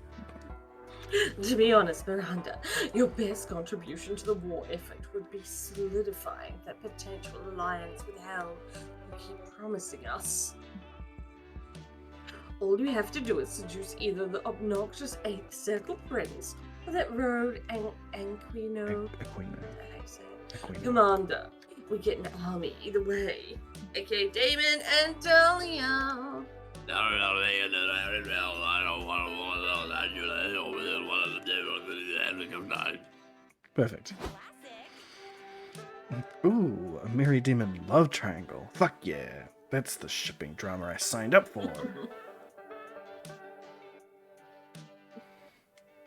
Byron. How did you civilians get in here? This is a top secret war meeting. Guards, seize the intruders.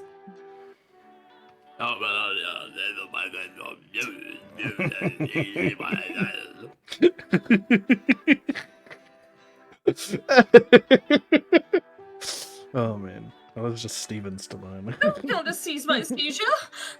Fine, your friends can stay, but they'd better contribute valuable strategies to this discussion.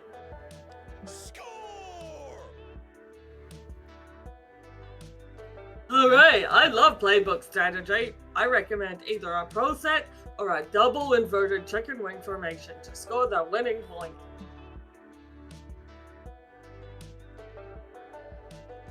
Nine.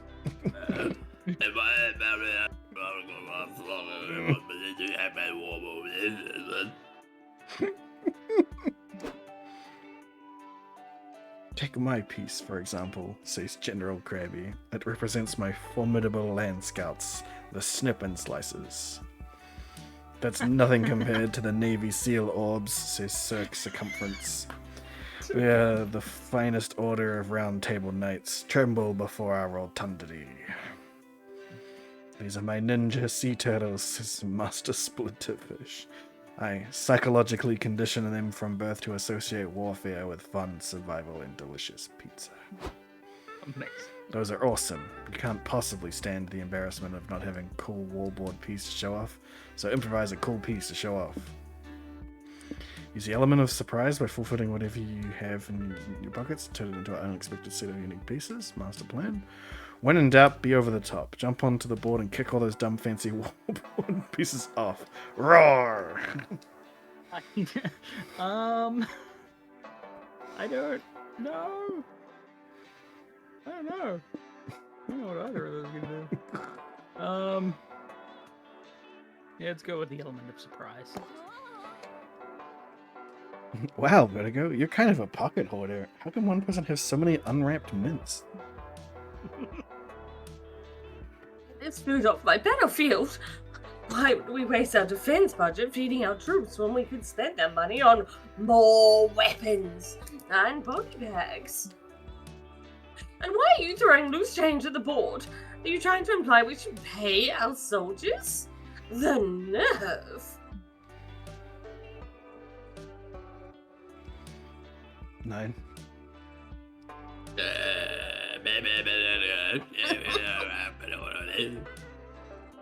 Yeah.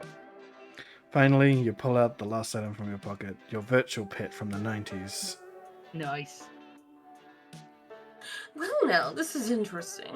An animalistic artificial intelligence bound to a device, allowing us to control it. I'll take it! For some reason, Belanda takes a shine to your pet and keeps it. You lose -2 money. She also kept your loose change. Rude. A few days later, Belanda and Miranda. Is that meant to be how it is? Miranda. Belanda and Miranda? It's meant to rhyme, right? Belanda and Miranda? I don't know that we've encountered Belanda before. We definitely have Miranda, though. Belanda, Miranda. Video chat with you from an active war zone. Hey, Vertigo! Thanks again for suggesting we draft your AI into the war. Our roboticists constructed a much hardier, deadlier battle mode for it. Mick, not merch. Is that it? Such a way with words. Such. Oh, just. My parent, why have you forsaken me? Cries the virtual pet in the background. No. Someone's playing. I might survive this. I hate killing people. I want to go back to hanging on your keychain. Too bad. That pet is the only virtual character here whose feelings are irrelevant to you. You gain +2 mind for your clever thinking. Alright, 9. We got a regular motel or a LARP. What was the stat for regular motel? They're both blank. So it doesn't matter. Let's go to the motel. Regular motel. Keep going to the motels. This trip would be better if we all played the flute. No. No. After a long, exhausting day of sitting in the car, you're ready to turn in for the night. Time to choose which mundane activity to do before going to sleep. Surely Polly and Scott will find a way to make it weird. What do you do? Watch some TV, order some pizza, or get ready for bed? Get ready for bed. Claim your mattress and start preparing to go to bed. As you're deciding which of your onesies make you look the most fuckable, you hear Scott and Polly giggling in the bathroom. You go investigate. Hey there, 9. Scott and I are doing a nightly skincare routine. Care to join us? Oh, surely. I remember this from the test. But before you can rejoice about these two doing a normal activity for once, you see them step aside to reveal a fleshy, undulating pile of skin sitting on the sink. What the fuck is that?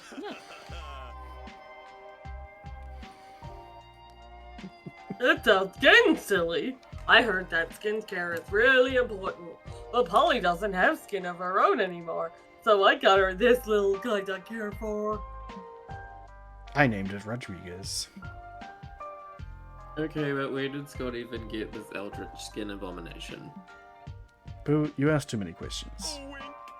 That question's are all part of a good skincare routine. Wink. So, are you gonna help us rub lotion on Rodriguez or not? Despite not having eyes, the skin is somehow staring at you, maybe even through you. Nope, I did not sign up for this. Well, actually, you did sign up for this. Moisturizing Rodriguez is in your road trip contract. Damned be the day I signed that contract on a dare. It looks like you're stuck rubbing lotion on this creature. How long can you stand to do it? 5 minutes? 1 hour? All night? All night. Fuck it, if you're doing this, you're doing this. You start vigorously rubbing lotion into the warm, wriggly skin. Minutes become hours. You're up to your elbows in detached skin. You run out of lotion and begin moisturizing Rodriguez with your own blood. The skin appreciates the blood sacrifice. You begin seeing things like choruses of angels singing in forbidden tongues, surrounded by a cascade of unrecognizable colors. Your mind expands. Skin is the biggest organ in the body. Skin is everywhere. The entire world is covered in a fine layer of skin. At one point, God appears to you and says, "Thank you, Nine, for caring so much for my creatures, even the ugly, disturbing ones I made when I was drunk." The skin is love. The skin is life. You care for the skin, and the skin will care for you forever. Hey. Pyro, not the time. Good morning, Nine. Still taking care of Rodriguez? That's cool. Do you mind if I take my morning poop while you're at it? Go ahead, it matters not. There is no privacy. We are all connected by the skin.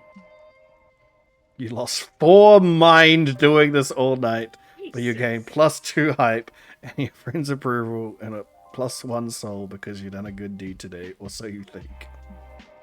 You also gain +1 magic from meeting God during your skincare session, or at least from tripping so potently you believe you did. The skin always provides. I mean, it did round out some of the other stuff. It really did. It really did. Yeah.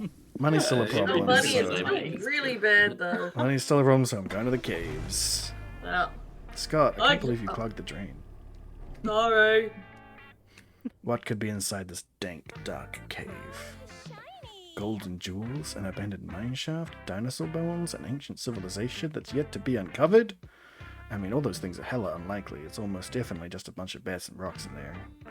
But you won't know for sure until you explore the cave. What are you doing? Look for ore! Time to make some money. You and your friends go into the cave to mine for ore. After an hour of walking and mining, you've got a decent pile of precious metals. When you hear a voice cry. Hey, you dadgum kids, get off my ore! Go on, get! I've been hoarding this ore for 50 years, and you ain't getting none of it! Why have you been hoarding ore in a cave for 50 years? Are you selling it? No! I don't want money! I want ore! You can't put a price on my precious ores. Each one's perfect, priceless, and unique. Ore! Ore! Just look at my sitting ore! I can spend hours crouching uncomfortably on it. Ain't she a beaut? This one's my shitting ore. Yeah, I shit on it. If y'all need to go, I have guest shitting ore cleaned up for you. And this tall drink of water is Orphelia, my ore wife. No relation to the wife I abandoned to become an ore hermit. Or Horman. Dang, bro. It sounds like you've got life all figured out. I'm jealous. Is there anything we can trade you for one of your best ores? Pretty please. What's your offer? Well, what do you want? Hell if I know. Y'all got any suggestions? I've been in this cave so long I ain't got any frame of reference for what an ore's worth. Oh, cool. Then it'll be super easy to scam. You offer trade the weird ore collector, Long exposited stories about your lives. You'll be giving them the next best thing to lore. Lore. Or therapy. Oh boy. What you gonna give?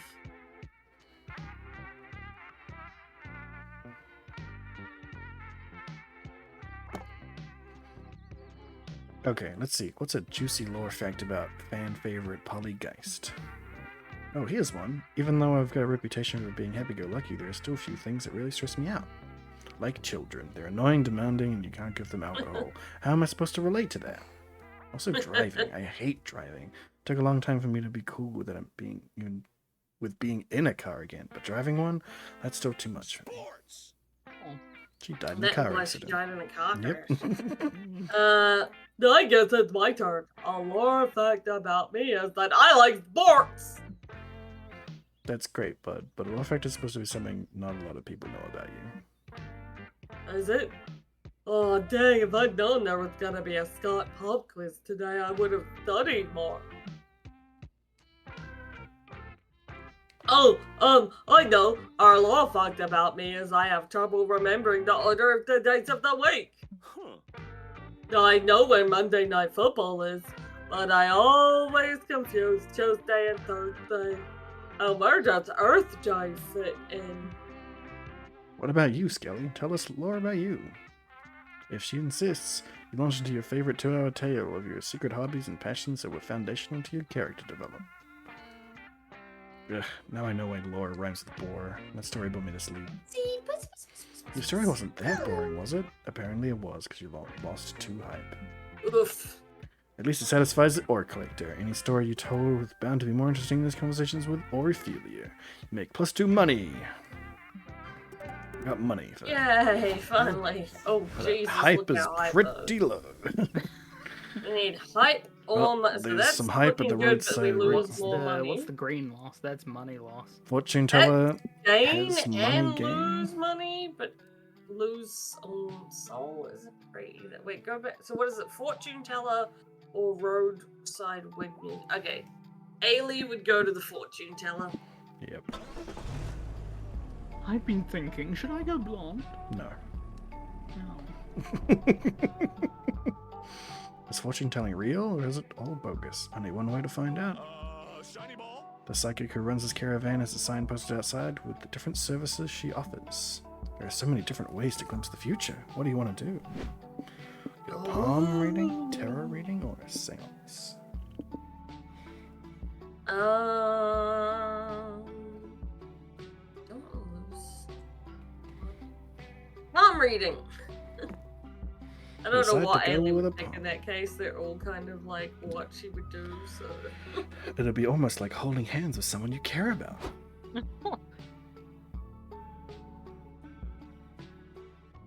Anybody? Someone can be her. Because I know I'm going to be doing Scott anyway. Yeah, we're going to be doing Scott and Polly, so... Welcome to Hopalco's Tent of the Great Beyond. Are you here to get your palm read? Yeah, I'm always making decisions on the fly. No foresight or... Oh god, I don't even know whose voice I'm doing. You're doing Ailey's voice. Isn't that Ailey's Yeah, voice? but that's what I'm saying. No, it wasn't Ailey's voice. Exactly. It'd be nice to know what the future holds for a change. That's okay. Let's have a look at those palm lines. Oh, wow. Well, Hope, what does it say? Shh. Quit talking. I'm reading the best part. The best part of what? My hand wrinkles. That's not what that was, but alright. No, that was not. Yeah. Oh shit! I Yeah, I never saw that twist coming. I'm pretty sure the last thing you want to hear from your psychic is, I never saw that coming. Wow, okay, this is gold. Ailey, I promise if you stick with me as your agent, there's a lot of money in your future. Before you know it, Hope has published a hardcore photo of your palm through... Hardcover, not hardcore. Hardcore photo. It's Hardcover photo of your palm through a Hardcore palm. Just reading stuff too fast. I published a hardcover photo of your palm through Major psychic publishing house. It's a national bestseller. Hashtag Ailey's Palm trends on Twitter for weeks. Your palm has millions of fans. A movie adaptation gets made. Michael Cera plays your hand. You're welcome for all the instant success, Ailey. Now, per your contract, you owe your publisher, that's me, a sequel to your best-selling palm. Huh? How would I even do that? Both my hands are identical. And I didn't even sign a contract. Don't you remember your road trip contract, Boo? If any road trip participant writes a best-selling book or palm, the author owes all other travelers a cash cut and a sequel. Curses. Not reading the terms and conditions fucked you over again.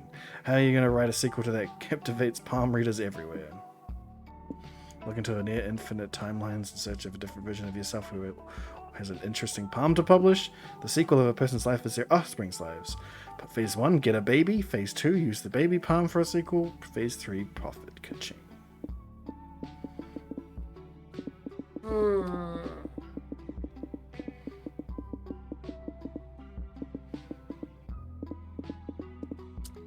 The top one. You want a Want a glimpse into the multiverse? You'll need a real witch's help with a spell that powerful. Lend me your -2 magic, Ailey. You and Hope combine your magic and enter a multiverse of shenanigans. Yep. And you first visit an alternate dimension where all positions of power are decided via televised cooking contests.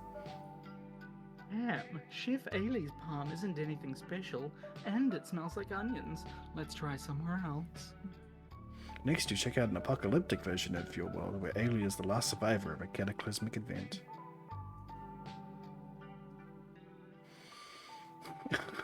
Holy shit, people! This is Apocalypse. Yeah, like, should I be reading?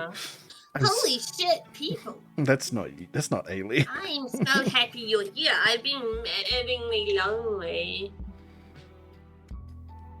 Yep, hi. Just let me get a look at your hand. Dang, even as an apocalypse survivor, your palm is uninteresting. Let's keep searching. Pyro? Wait, please don't leave me. The Z God uprising killed everyone I knew. I'm so alone, please. Nope, you're out of there. After several more hours of dimension hopping, you end up in a timeline where everyone is centaurs. Great! Centaur Ailey's hoofprint will make the perfect quill. Centaurification is the right now, and their hoof proves that. Good for Centaur, Ailey. Cutting out. Is that just me or? No, that is happening. Okay. Who's cutting out? You do. Right. And good for you too. You should make +2 money and royalties on your Palm sequel. Woohoo! Time to stop and get some rest. Where to go?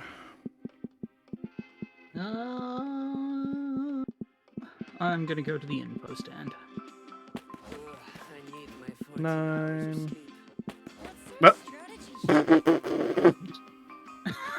Did you make a decision already? I accidentally sent you to the bus stop. 9. Congratulations. That's fine.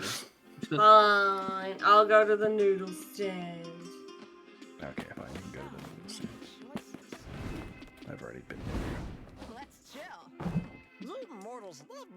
Howdy! Still got all those pesky worldly possessions, huh? Why not trade them to me for some of the weird crap I've got? Nothing matters anyway. Well, we definitely need some height. I guess stamina is what we could probably get rid. Did we work out what was how to road trip? We Actually, didn't just figure fuck that it. out. We'll use the toilet again. We've definitely got lots of height. You want to sell the toilet?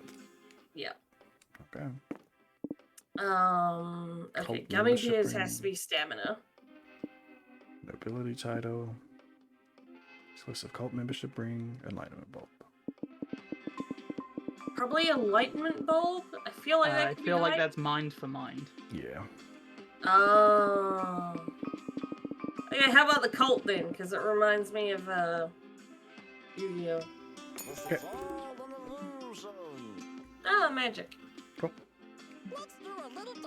And remember, if I see you reselling any of my products online, I'm not afraid to go back to jail. Somewhere cozy. I'll be back shortly. Lake, Mhm. hype, Yeah. mind, and magic. Hype, stamina, mind, something. Let's go hype, stamina, mind, I think. Hype, mind, and... Oh, sorry, we've got... I mean, Those you're are- gonna those get are all one. pluses, You're right? gonna get one of those. Oh, I see. Is the choice. I mean, either of them have hype. Let's go with the lake. Lake. Let's Yeah. choose wisely. Toilet wine. Ah yes, my precious toilet wine. I remember when I first saw a video online on how to brew toilet wine. It was all like I was all like, you can make your own booze? I was game. I've worked on my recipe for a long time now. It combines all the things I like.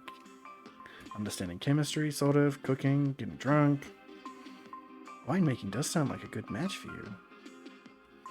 I've iterated so much of my recipe. According to my clientele, the product has gone through great evolutions. From non-edible to hideous, then terrible. I still remember the day when I started to get comments like, this is fucking weird tasting. Nice. Nice! Definitely better than non-edible, hideous, or terrible. Yes. Yes! Today I sit proudly over an average of, I don't know, I guess it could be worse. The sky's the limit, baby. I will get there.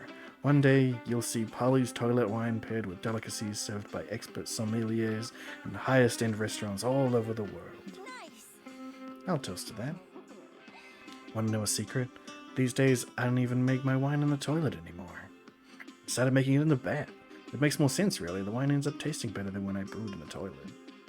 At first, I wondered if it wasn't betraying the essence of the brand. But this way, I can even take baths in wine myself. It's fucking relaxing. I just hope people don't mind. Yeah, I'm pretty sure people will be cool about it. Gamer girl bath wine. Fingers crossed. In any case, thanks for listening, Bill. Let me treat you to a glass of my delicious toilet wine sometime. You may pick up some of the notes of Polly's booty while savoring it. I like it. I wouldn't mind. Might take a short Damn. 10-hour I guess you're talking to Liam. After some conversations, you activate deep conversation. This is your first one. Deep conversations can end in success or failure, and they're the key to scoring a date ending. Hitchhikers have only one coveted deep conversation each, while Polly and Scott have two. So once a player succeeds in a deep conversation, and sometimes even if they fail it, no other player can attempt it. Act fast, because whoever gets there first will be the only one with a chance at finding love. How do these work, though? During the first half of a deep conversation, your monster friend will hint at their preferences on a topic that's important to them. Think of these as hints as rules. When looking at the options, search the ways which they break the rules. 2 out of 3 will break the rules somehow. The one that breaks the no rules is the right option. Choose that one and show your friend you really know and understand them. So, are you a good listener or what? There's plans for the future. Ready to go? Yep. What's next for Liam to Lion Court? Ha! That's a good question. I've lived so many lives now. Been there, done that. I've been a musician, a surgeon, an artist, a wanderer. Then I lived so much that I grew so numb. Powerful Dark Lord. Then joy opened my eyes, and I became a coven member, and in doing so, I joined Spooky Academy. What's next for Liam de Liancourt? But now that I'm done with Spooky Academy, what's next indeed? Haven't you ever thought of this before? I think I've been avoiding that question out of fear that, in not finding the answer, once again. You cut out for the whole end of them. Fuck's sake. Yeah. I think I've been avoiding that question out of fear that in not finding the answer into the heart of... You better Oh my come- god! Just keep going, it's fine. Just Yeah, keep just going. carry on. It's not going to get any better. Yeah. But alas, I think I've danced the tango for too long. And what better moment to make a decision than right now as I talk to my good friend Nine. Nice. Yeah, let's decide tonight. No holds barred, no looking back. Ah. Well said. But here's the thing. Wherever I go next, I must remain authentic to my brand. My brand is, of course, many things. The eternal pursuit of beauty, the relentless defense of art, the constant search for innovation. I must challenge myself. I must embrace the future. I must surprise everyone. I must defy the expectations of what Liam can and cannot be. You didn't want to interrupt Liam because he's sort of adorable when he gets so passionate and dorky. But maybe it's time to help your friend with a resounding idea that defines the fate of Liam Delancourt. Liam has always flown alone. Maybe it's time for that to change. Maybe it's time for pair figure skating Liam. Maybe something Liam has never been. Larry, legally change your name. Do it now. Bring poetry into the future so the kids appreciate again. AI-generated poems. F2P, free-to poetry sonnets. Written in metaverses, stuff like that. Alright. No longer choking. Go 9. What do you want to do, Nine? Pyro, you know the answer for this one, right? No? I thought it was on I like would pick F2P because poetry. I thought you said it was on the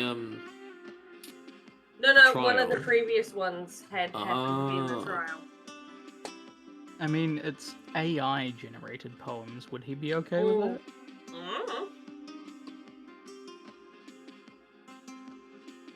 I was just like, I found it funny because AI generated poem. Yep. So of those figure skatings, the only one I wouldn't pick, personally, but I don't know. I feel like him renaming himself Larry is very inauthentic to his brand. Definitely. Yeah, no, sorry, I just found out that, it might be a 5-week waiting list until she can go onto a plane again. Oh my god. Jesus Christ. Which, if that happens, I'm gonna try and book a flight to at least go visit her. Yeah, fair enough. But yeah, so then I started choking on my food. Fair enough. Which Fair I enough. managed to stop now, but yeah. So, what'll it be, Nine? Flip a coin. The one you already hovered on. This one? It was wrong. You want to choose again out of these two? Larry? I don't know. Figure skating. Not bad. Intriguing. It is true I tend to fly solo, especially when it comes to art. Didn't realize it was pair figure skating. Creating beauty is such a subjective and individual activity. So wait, did I get it right or wrong? You got it wrong the first time. Do you get a second chance, do you? Yeah, apparently. I think because it's meant to be like 2 out of 3 of these are wrong, it gives you one shot. Yeah, it popped up with a red X saying, man. Okay. So one of the cats is screaming, I'm presuming busy. A cleansing of the soul, which vomits its intimate insides upon the canvas, on the stage, anywhere that's needed. But pairs figure skating? How you do something so painfully personal with someone else? You look so weird without Yes. glasses. What? He took his glasses off. He took What's off that? his glasses briefly. Yes. No, Yes! A true challenge. I can feel passion gurgling from the bottom of my heart already. But who could be the one capable of meeting my dedication, my fervor, my fire? I mean, I wouldn't mind. Sorry, I had to let you cut out. No worries. But, and I don't mean to be rude, do you even know how to skate? Ellipses. No. Then, I don't know. Is it dumb if I just wanted you to hold me and do pretty pirouettes? but 9! I love the cat's expressions. I need to find someone of my stature if I want this to reignite my passion for Afterlife. That makes sense. It's okay. And all of that stuff you wanted to do, we can still do all that anyway. Really? Evidently. In the end, you're the one who came up with such an inspiring idea. I am forever grateful to you.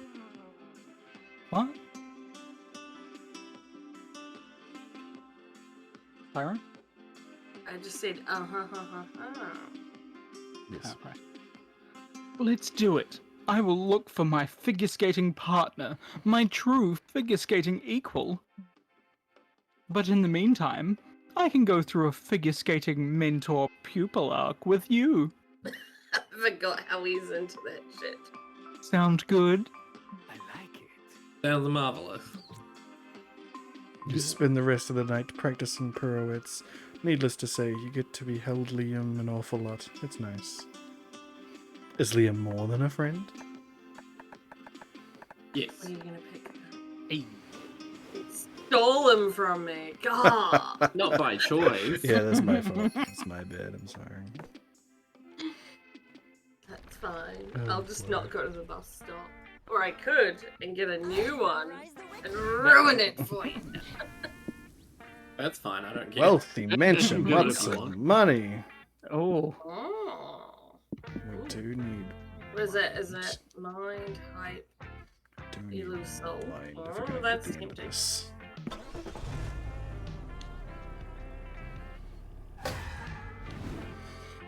What? Why is the car stopped? Oh. We're driving along with Liam in the passenger seat. He's staring out the window and suddenly he gasps. Skelly, stop the car! You stop. Liam leaps out of the car, falls to his knee, and starts photographing a big rock on the side of the road.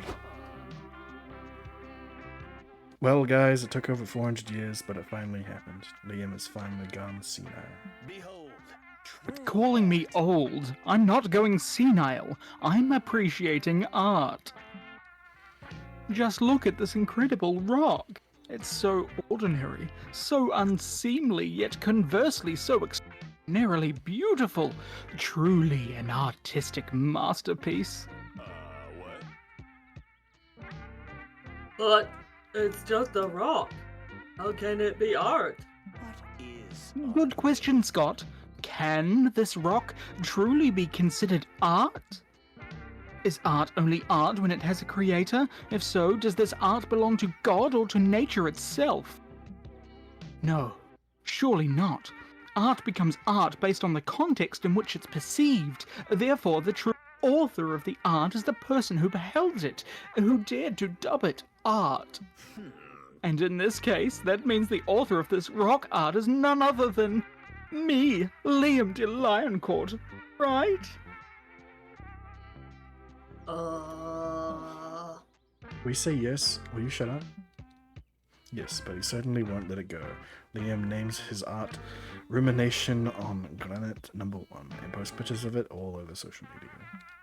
An hour later, Liam's still mooning over the stupid rock when a dryad in a suit and tie bikes up to you all and hands Liam a stack of papers. I'm being sued for copyright infringement. Yep. I'm a representative from Mother Nature's legal team. My client is pretty upset that you're claiming her roadside rock sculpture as your own. But a creative genius like myself doesn't have time for menial tasks like getting sued. Skelly, could you do that thing where you swoop in and resolve this so I don't have to face consequences for my action? Thanks. Yep. Use a last big reveal as a smokescreen. This is all along a performance piece about the boundaries of authorship, then escape while everyone is confused. Divert attention by countersuing Mother Nature for being an absent parent. Ooh. Yep. Yes, that's a great point. If anything, this Mother Nature should be begging me not to sue her. Where has this supposed maternal figure of mine been all my life? Why doesn't she ever call me? Furthermore, why did she fail to provide me with any healthy, young and helpless? At best, she simply littered dirty, uncooked food all over the ground for me to find. And no toilets! Mother Nature never gave me any safe, clean places to poop. She just left me in the wild, with alligators and stuff. What if an alligator ate me while I was a baby pooping in the wild?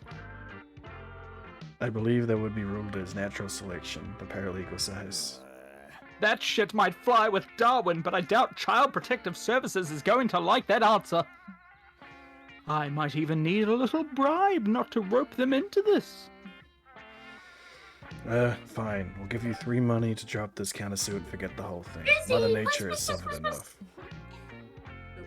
Damn, Liam, I'm impressed. That was a savage move you just pulled.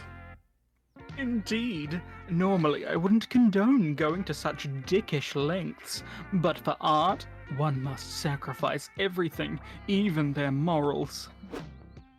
Well, he's not wrong about the sacrifice part. You set a terrible precedent for others to sue Mother Nature and bolster charges in the future. That's a -3 soul at the very least. She was already busy with rampant forest fires and climate change permanently damaging nature, and now she's got to deal with this nonsense too? Jeez. I got us a bunch of money then. Well, there's nobody here. You've been wandering this village for a bit and haven't met another living soul. What could have happened to all the inhabitants? All their stuff is still there. Well, you suppose the first order of business is to investigate what happened. The mystery is afoot. You and your friends begin searching the village for clues and run into your friend Joy. Guys, what are you doing here? Whoa, what are you guys doing here? I thought this place was abandoned.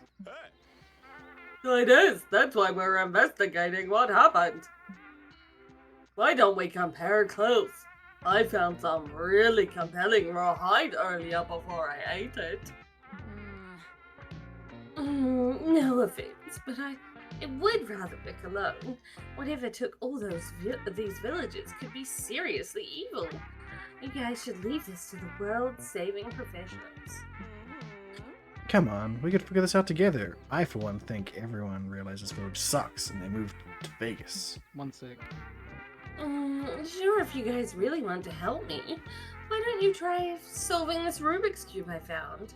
It's a very important clue, definitely. Let's do it. I'll solve it, Joy. I won't let you down. 20 minutes later. Well, I'm stumped. This would probably be easier if I wasn't colorblind. This is Booty. Joy only gave us that clue to distract us from the real investigation. Now she doesn't think we're competent detectives. Then let's solve this case before she does. If we find the answer first, Joy will finally see how good and smart we are. Good call, Scotty. We'll be regular Sherlock and Watson. I'm great at reading people's micro-expressions to deduce what they're thinking about. Oh, do me! What do my micro-expressions say I'm thinking about? Milk bones? No, wait, you're thinking about sports. Final answer, am I right? You're asking me? I don't know what I'm thinking about. That's why I needed you to tell me. It doesn't take a detective to see that Polly and Scott are hopeless at this on their own. Luckily, you know exactly how to turn them into great investigators. Get fancy technology to enact the ultimate investigation technique. Zoom and enhance! You need acute perception of Sherlock Holmes, who could analyze a myriad of details just by looking at a crime scene. His secret? Doing lots of cocaine.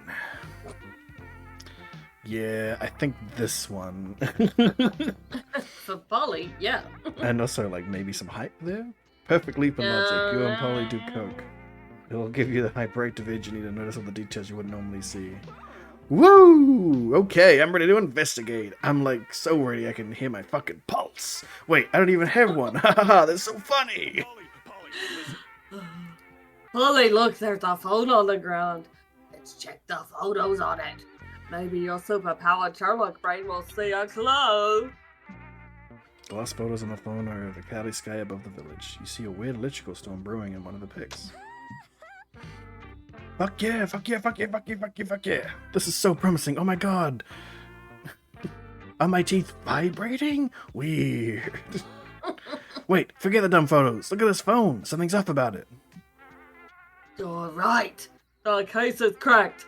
Maybe that means there was foul play. No, forget the crack. Look at this ugly color scheme on this case. Mauve with olive green stripes. Gross. I could do so much better. Holly grabs some markers and starts drawing a better phone case. The vibrant colors, the amazing design, the breakdancing stick figure. Polly's a natural. You're right. I so am. I should design phone cases professionally. It'll make us millions in no time, and then we can use those millions to buy more cocaine! Of course, it's also obvious now. You've been wasting your time on prom or summer camp or road trips when the answer all along is building a phone case empire. Fuck yeah, let's do this, Skelly. Do you know anything about marketing, designing a website, or running an online marketplace? I do, actually. It can't be that hard, you excitedly boggle. You excitedly boggle. How to design a website ready to build your fortunes. It's like me trying to type. Yes. I think it's meant to be Boogle. Yeah. Ah, yes, Boogle. What's going on over here? I thought you guys left already. Nice. Ha ha ha ha! You underestimated us, Joy, but we've proved you wrong. We're totally capable of being millionaire phone case designers. What? Woohoo! You definitely cracked the case. The phone case. You lose -4 stamina, being coked up and hyper, but you gain +4 mind. Oh, we nearly have Jesus, enough. We have so little fucking Oh, we hype. need hype. We really do need hype. Alright, we got some hype here at the UFO site. UFO site, but what's the other one? The other one's a what would Ailey planetarium. pick? Oh. Okay, she would kind of pick both. They're like the same thing. They are. I mean, Aliens. She would go with UFO over observatory, though, because aliens.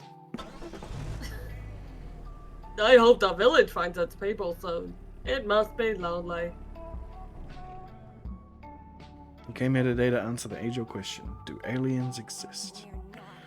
Who knows if you'll see any today, but at least it'll be fun to hang out with other UFO spotters. So, besides watch the stars and swap extraterrestrial conspiracy theories, what do you want to do? Look for UFOs, make tinfoil hats, send a message. He would look for UFOs, followed by tinfoil hats. Seem to be a lot of alien spotters in the desert tonight. You spot 2 of your friends with the telescopes and with their telescope in the crowd.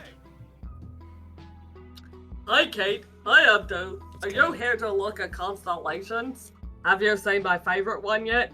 I call it the Big Boy Frying Pan. Nice. I'm a fan of Aguri. Myself. Charioteering. Origa? Charioteering was the grandfather of skateboarding. Changed my mind. But today we're using our telescope to look for UFOs. You're welcome to join us if you want. Abdu and I are really into ufology. There's got to be other life out there besides us, you know? At least I hope there is. I'd rather not be alone in the universe. Cheer up, dude. In the grand scheme of life, between our friends and the aliens and other microscopic parasites living in our bodies, we are never truly alone. Yep. Dude, that's deep. That philosophical thought reminds me of something. Can you pass me the pipe? I was like, oh no, it's me. And then I realized, I'm like, oh no, it is me. Called out. You're looking for UFOs, you say? Says an eavesdropping UFO spotter. Wouldn't you rather meet the aliens in person? Do you have a way to do that? Are you an astronaut or a mad scientist? Even better, I'm an app developer. Oh.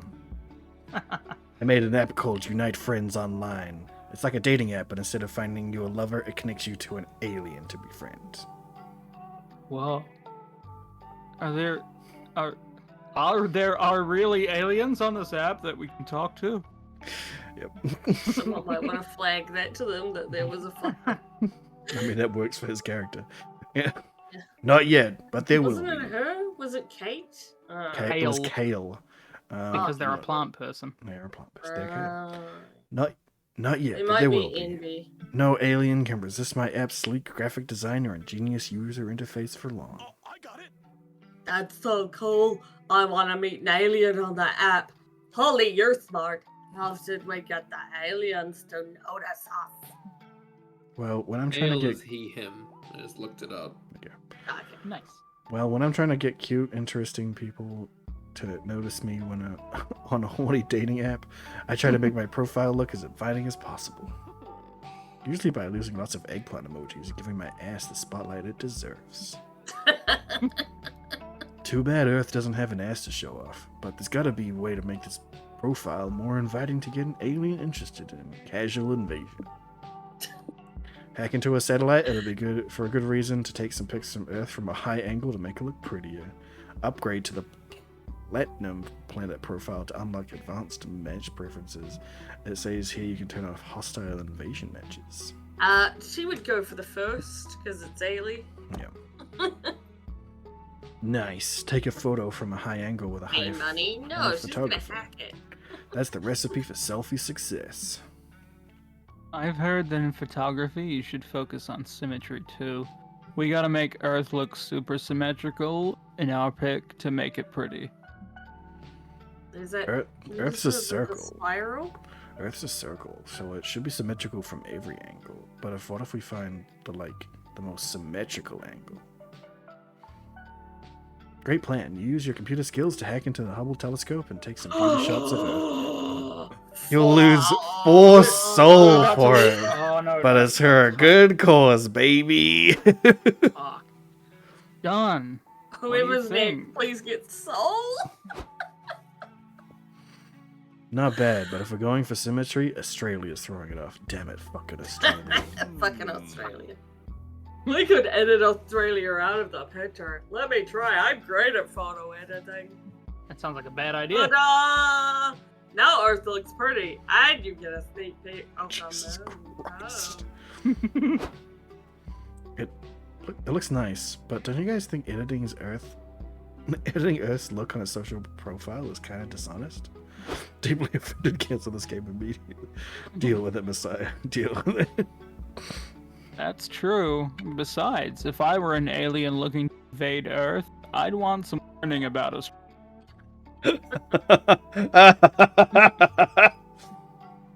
You know, scary animals, big spiders.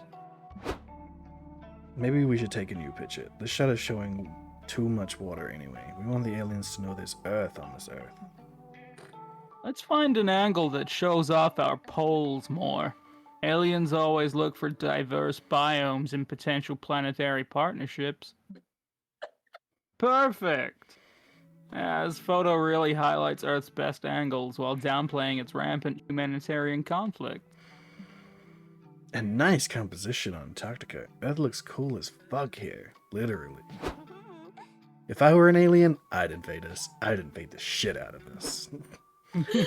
You don't meet any aliens, presumably because they all flock to the South Pole, but you still gain +4 hype, taking pics with your friends. And we are at 1 soul. We're bad people. Soul. Rave in the desert gives us soul. Yeah, let's go to the Rave in the Desert. Guys, I'm pretty sure we've seen a cactus before. Is it like a celebratory cactus? Yep, it is a celebratory. In the middle of the desert, ravers and partygoers have gathered to dance their cares away. You're drawn to some blurry figures in the crowd.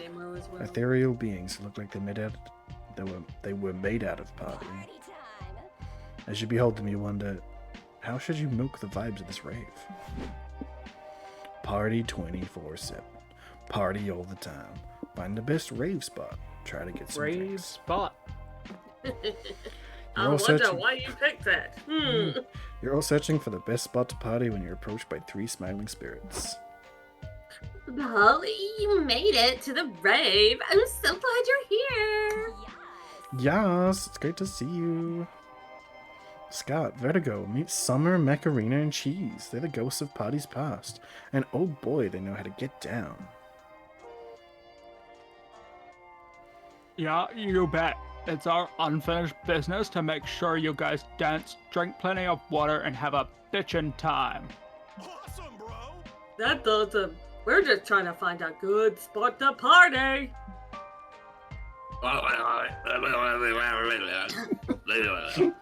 Ah, great. Sounds already drunk. Yo, just look at her face, man. Yeah. You also want to be close to the bar to order drinks, but not so close you're standing in beer and piss all night.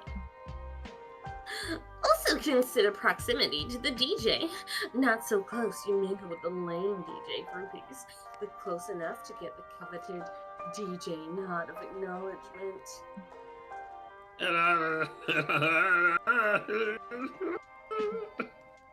It'll probably take 30 to 60 minutes to find a sweet spot. But don't worry, it'll be worth it when we're partying in this spot for the next 72 hours straight. Okay, I'm ready to take this journey. What about the spot next to us? Is it a good place to start? The ghosts of parties past examine the spot with some rulers, levels, barometers, making calculations. Holy shit. This is it. It's the perfect spot.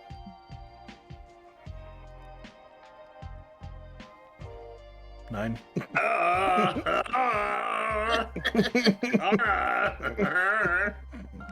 Hog puppy boy. Scott beams and wags his tail. Then suddenly he clutches his stomach. I'm sorry, guys. I got excited about the spot that it made me have to be. It's okay, Scott.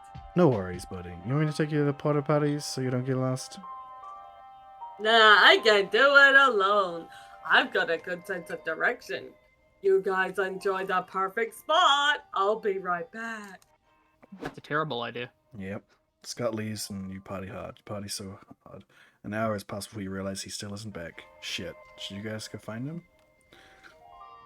Rookie mistake, my dude. If you leave this spot, there's almost no chance you'll find it again. Man. We can't just leave him, though. Surely you can come up with a creative solution to find Scott, Vertigo. Start a conga line in the perfect spot and dance your way to finding Scott. You can later trace your way back to the conga line's origin point. Hi, what Solomon, hard-boiled party detective. I'm gonna go with conga line. We got lots of money. Oh, yeah, true. Yeah, actually, that's fair. Wyatt Solomon, hard-boiled party detective. Wyatt Solomon, detective. Yeah, we can hire him. We'll funny. That's perfect. What Solomon could crack this case easy peasy. Whoa, I've never heard of this guy. What is this obscure party lore I'm yet to hear about? Holly, my dude, Detective Solomon is the shit. He can reconstruct blurry nights at the club. He can track down your missing friends after a wild bachelor party.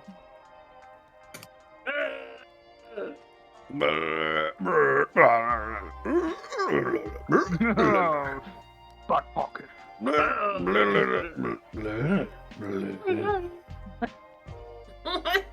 You wire full money into it. Oof, Thank you, Messiah. That's a lot of money. That's a lot of money. But we need it. I'm Wait not for sure him if to you find heard stuff. it earlier, but thank you for the follow, Messiah. And by wait, I mean you dance your ass off. Detective White Solomon arrives at the scene with a pessimistic blue Just soundtrack. for the grunting? Thank you so much. Go 9. The pessimistic blue soundtrack and dramatic voiceover narration. I was smoking a Cuban and waiting for... smoking a Cuban and drinking a whiskey on the rocks. My usual vices after I lost my wife. As I hunted down the elusive werewolf. Now I want to try a cigar. I started at the porta potties. Cigar shit. Eh. I wouldn't know. I started at the porta potties and followed a trail of shredded fur and discarded toilet paper to the food truck. There stood my quarry, ordering chili fries. He was happy, young, naive. I couldn't help it. The kid warmed my heart. Who watches the watchman? Exactly, Messiah. Thank you, Messiah. Just when I was ready to quit this job, Life gives me a reason to party up. Buzz, I'm back. Your detective friend found me. I got hungry and went to buy food. And, plot twist, I ran into Liam. Liam? As in our friend from school, Liam? You mean the one that we've currently been dragging around with us this whole time? Yeah, And they didn't program into this? What? Fancy that. Scott points to this confused stranger next to him. Wait, no. This isn't Liam. I keep telling you, I'm not Liam. My name is Orin.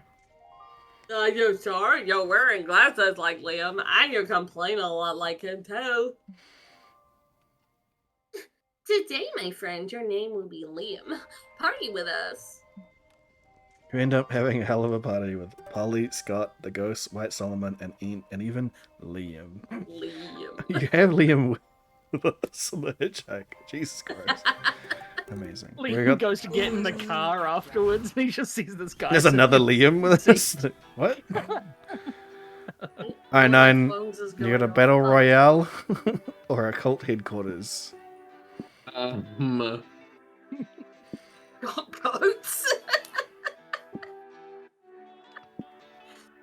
Battle One of them Royale. we know what we're Battle going royale. That was so Nine fun. Royale? Battle Royale. Can't hear you. Cults are great. I mean, always pick them. Exactly. Welcome. I don't know if you watch our D&D sessions, but that's what Ailey would do. Welcome to the Battle Royale. There are only 2 rules. Kill or be killed. Stopping to visit the place where everyone's murdering each other was sort of a questionable decision on your part. But it's too late to leave now, so how will you survive? Make strong alliances, fucking hide, go berserk. Do we want hype, or shall I risk it with the other 2? We don't desperately need hype right now, so...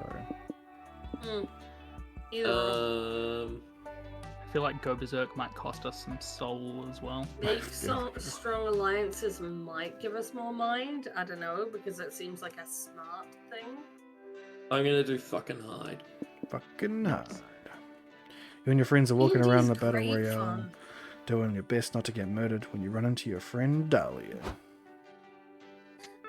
Hang on, what's her accent again? Australian. I know, but that's why I'm like... Junker Queen. Stop, fuckers! Welcome to the battle. I hope you brought shampoo, because it's gonna be a bloodbath.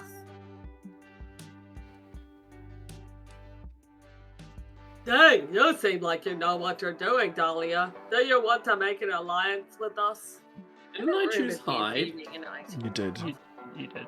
You're weird. Nah, sorry, no alliances. There can only be one winner. Dahlia always wins. I'll give you guys a head start for old time's sakes, but if I see you again after this, I'm totally whooping your ass. Good luck. Nope. You're a lover and now apparently a road tripper, but not a fighter. There's no way you'd survive facing Dahlia head on. I mean, survival is a non-issue for me, but it'd be a big bummer if you or Scott died. So, yeah, let's hide, maybe.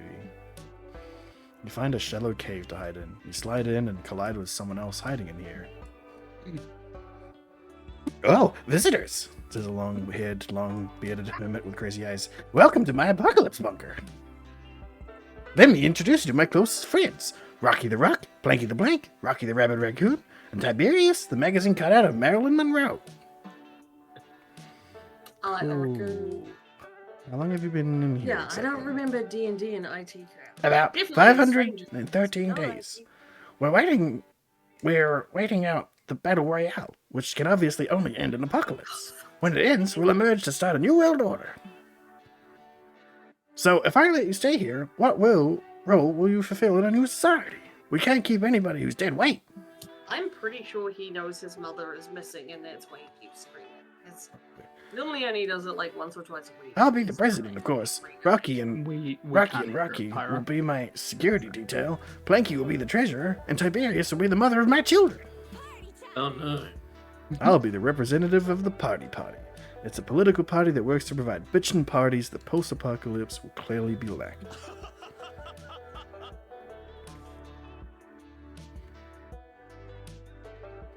Pyro.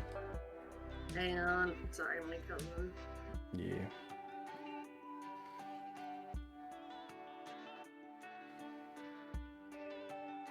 Don't be the astronaut. I've always wanted to go to space with society starting over. We'll have lots of time to invest in cool rockets. All eyes turn to you. Guess it's either a buy into this hermit's insanity or get your spine ripped to bits by Dahlia.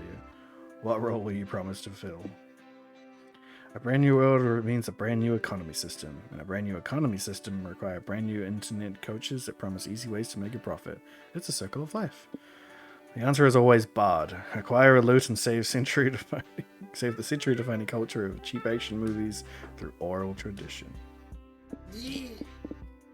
Okay.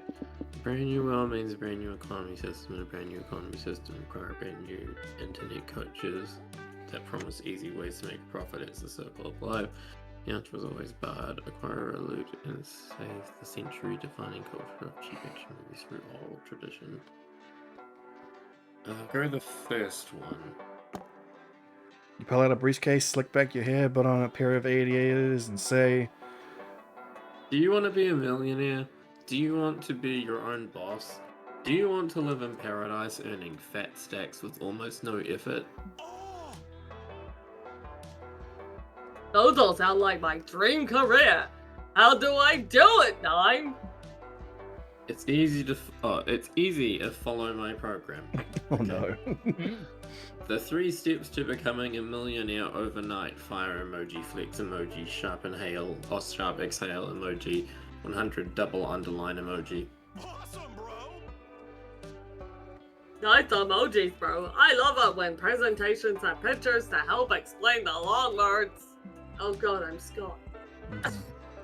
Step 1. Have a rich mindset. What exactly is a rich mindset?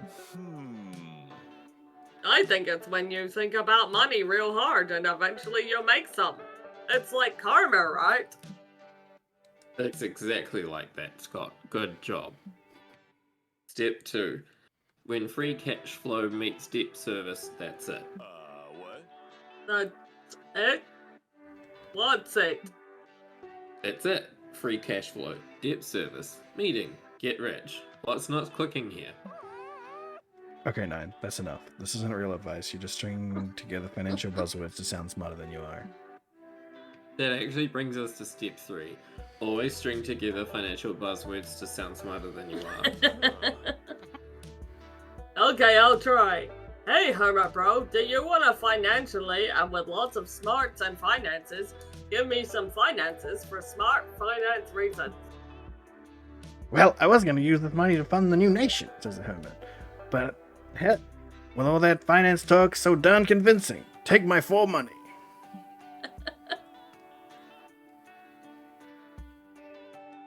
Thanks, man. I'm great at this. Being a finance bro must be my calling. Sure. You survive the battle royale a little bit richer, but also a little bit scummier. You lose 4 soul for stooping to such low financial tomfoolery. Oh my god, we are barely surviving on soul. We are bad people. We are. You go to the noodle stand then? Yeah, I'm gonna try and get us some soul back. Oh. Where you wanna go? Do I want to go to the bus stop or the info stop? I'll go to the bus.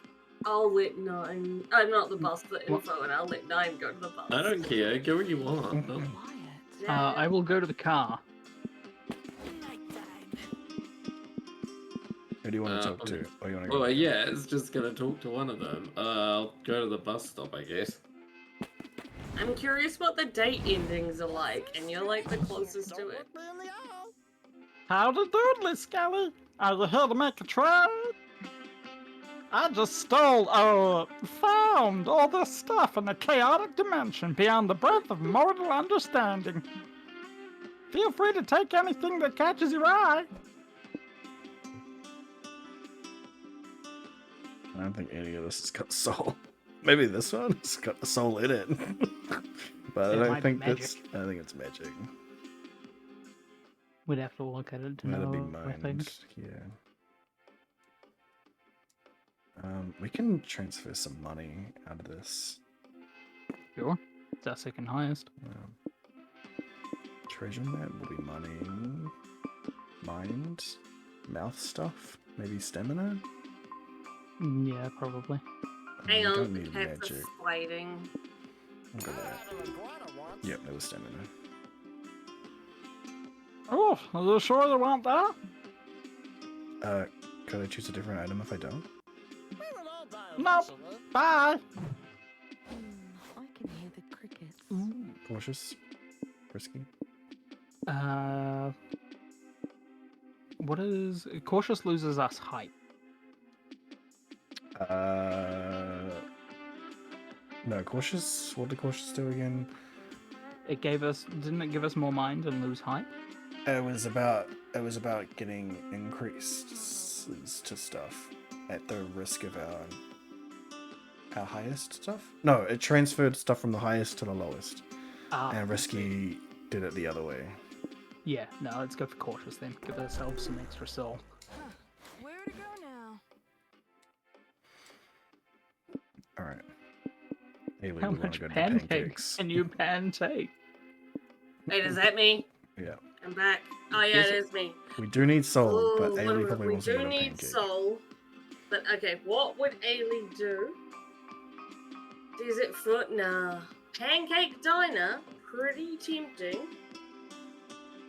But same as the gas station, actually.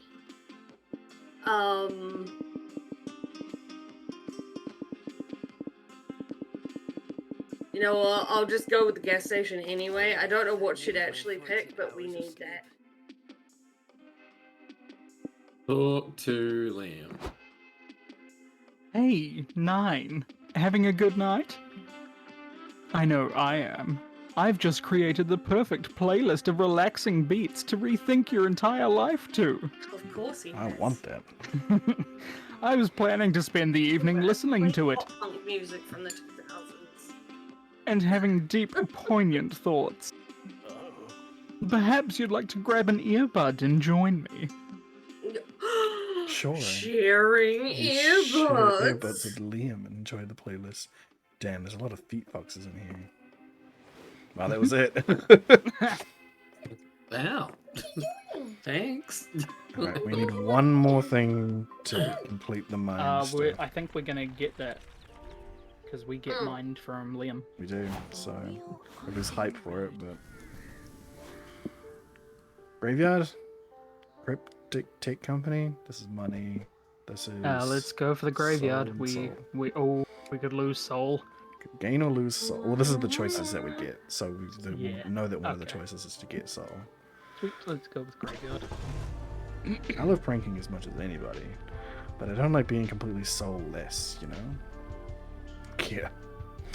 Yeah. Graveyards are solemn, quiet places made for reflection and paying respect to the dead. If you're a snooze fest, but you're with Polly and Scott, which means the graveyard is a perfect place to play a prank. The only question Of is, what's the course. best prank to pull? Raise the dead. Raise the dead. Don't care about any of the others. You're all wandering around the graveyard when you Lighting hear up gritty really guitar well. riffs and a guy whine singing about how much he hates this town. You follow the sound to Gerard the Necromancer lounging in the grass, listening to music and drinking beer. I wonder what this guy's in a reference to. Who wants to do great. Gerard? Fuck. I can't do his voice. Do you know his voice? I mean- Can you do his voice? No, but I mean, you're also doing Scott in this. Yeah. So. Yeah, true. Someone else do it. I can't be fucked. Oh, great. I see you've found my secret. like your Liam voice. Oh, Hey. great. I see you found my secret hookup for the better nights that I choose to do my brooding outdoors. That's cool. Graveyard drinking is a hobby of mine too. I usually bump EDM though. It really livens up the place, if you know what I mean. Whatever. Could you take your bubbly attitude elsewhere? I'm busy drowning my dark and twisted thoughts in booze. Oh, this is too real. This is what my friend used to do when her mom. Damn, my beer is slightly out of reach. Just a sec. Laura Mipsum dollars sit on it. Lord. Yep, that's great. That's fucking fantastic. That is definitely a magic spell. No, sorry. Light flashes from Gerard's staff, and then a zombie claws out of the dirt. It's rotting, shambling, crying. Brains. Yep, brains. Right. Could you just hand me my beer there? To the left. No, my left. Yep. Perfect. Good work, Thrall. Oh, your zombie's so cute. Like one of those old leathery chihuahuas you can't help but love. Can we name him Tickles? I had a hamster named Tickles once, but I accidentally ate him because I thought he was a potato chip. That's horrible. No, you can't name him. You'll just get attached to him. Tickles is going right back in the ground once I finish my 6-pack. How can you give him a taste of life, then rip it away like that? This isn't followers for Algnon, you asshole. Flowers. What? I'm pretty sure it's Flowers for Algernon. Algernon. Yeah. Why are you so upset about this? It's just a zombie. They're usually just animated corpses with no personalities or free will. Let's test that. Hey, Tickles, if you have free will, say brains. Brains. See? Total sentience. Tickles is in there. We just need something to draw out that dazzling personality of his out of his shell. What do you suggest, Vertigo? Brains is nice and useful, but you can help Tickles by teaching him a second essential word for his repertoire. The zombie is screaming brains, but you know what he's really asking for? A taxi license. I mean, the second one sounds like a loss of soul, because you're conscripting him to be a taxi driver. Yep. I'm gonna go with the first one. You're gonna try and teach a zombie to speak? Do you have any idea how long that pointless activity will take? Nope, but I'm gonna give it a shot anyway. Time skip time! Oh, we're doing a time skip, alright? All the way to the post-apocalyptic year of 3088. Mitch Badassberg, America's most muscular super soldier, and his elite strike force are gunning down zombies in Times Square. A zombie tackles Mitch to the ground, opens its mouth, and lets out its haunting wail. Cowabunga! What the? Says Mitch. General, you hear that? Hear what, Sergeant Badassberg? All I hear is zombies dying and machine guns firing.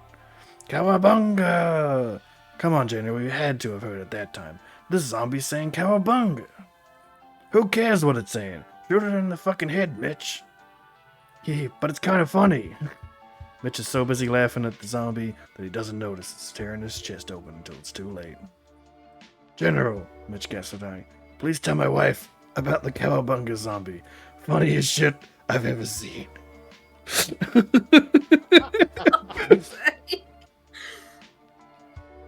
Turned himself into a zombie. Turned himself into a zombie. He told a zombie how to say cowabunga, Mitch. It's the funniest thing I've ever seen. Wow, you really taught a zombie to say cowabunga. Your commitment to idiotic tasks is almost impressive. Yeah, just imagine a zombie saying cowabunga to you while it's eating your brains, bro. It's a great prank. You gain 3 soul for expanding Tickle's vocabulary, but you lose 3 magic. Because you had to go to some dark arcane places to teach a zombie a new word. We did pretty well, Yeah, we done it. Post-apocalyptic settlement. Fucking stamina. metal. Soul money and soul. Money. What you gonna do? I don't think we've been getting We're gonna them. go to Australia? I don't know that we have been getting it this time. Yeah, I don't think we've been getting the. Because we haven't lost mines. any height. No. We're not getting it anymore. Because we did it. We completed it. That was a nice graveyard. Almost made me homesick. This place seems exactly like the sort of place you shouldn't visit. Which, naturally, is exactly why you'd want to visit it.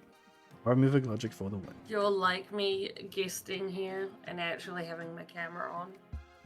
The big Should I question do it in is... future or nah? It works. The big question is how do you like to enter the premises? What's it gonna be? Break into the basement, backyard first, just knock on the door, goddammit. Is it him? I think it miss is. him.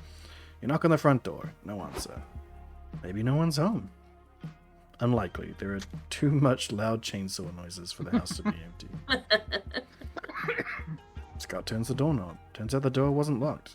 As soon as it's open, a bloody man with duct tape over his mouth runs into the night. No, wait, god damn it. That's a third one this... No, wait, I'm That's doing not him. That's Scott. on him. Do you want to do it, Vertigo? Yeah, give me a second for some water. Yes, I you'll was need it about for to this change one. the voice, but sure, go ahead. I mean, we're going to have to do Scott and... Yeah, that's fine. That hasn't stopped me before. I'm trying to remember what voice we used. My favourite is still when Corkor voiced him. What did Corkor do for it? I think Corkor just used their Corkor's regular voice. Yeah, was and so it great. was amazing. That's hilarious. It was the best version.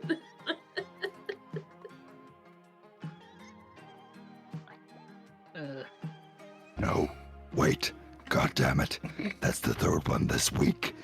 I leave for 5 seconds. Butcher knife. Cut out, but it works. Mm-hmm. Butcher knife. Was he your dinner guest? By dinner, you mean murder. And by guest, you mean victim. Then sure.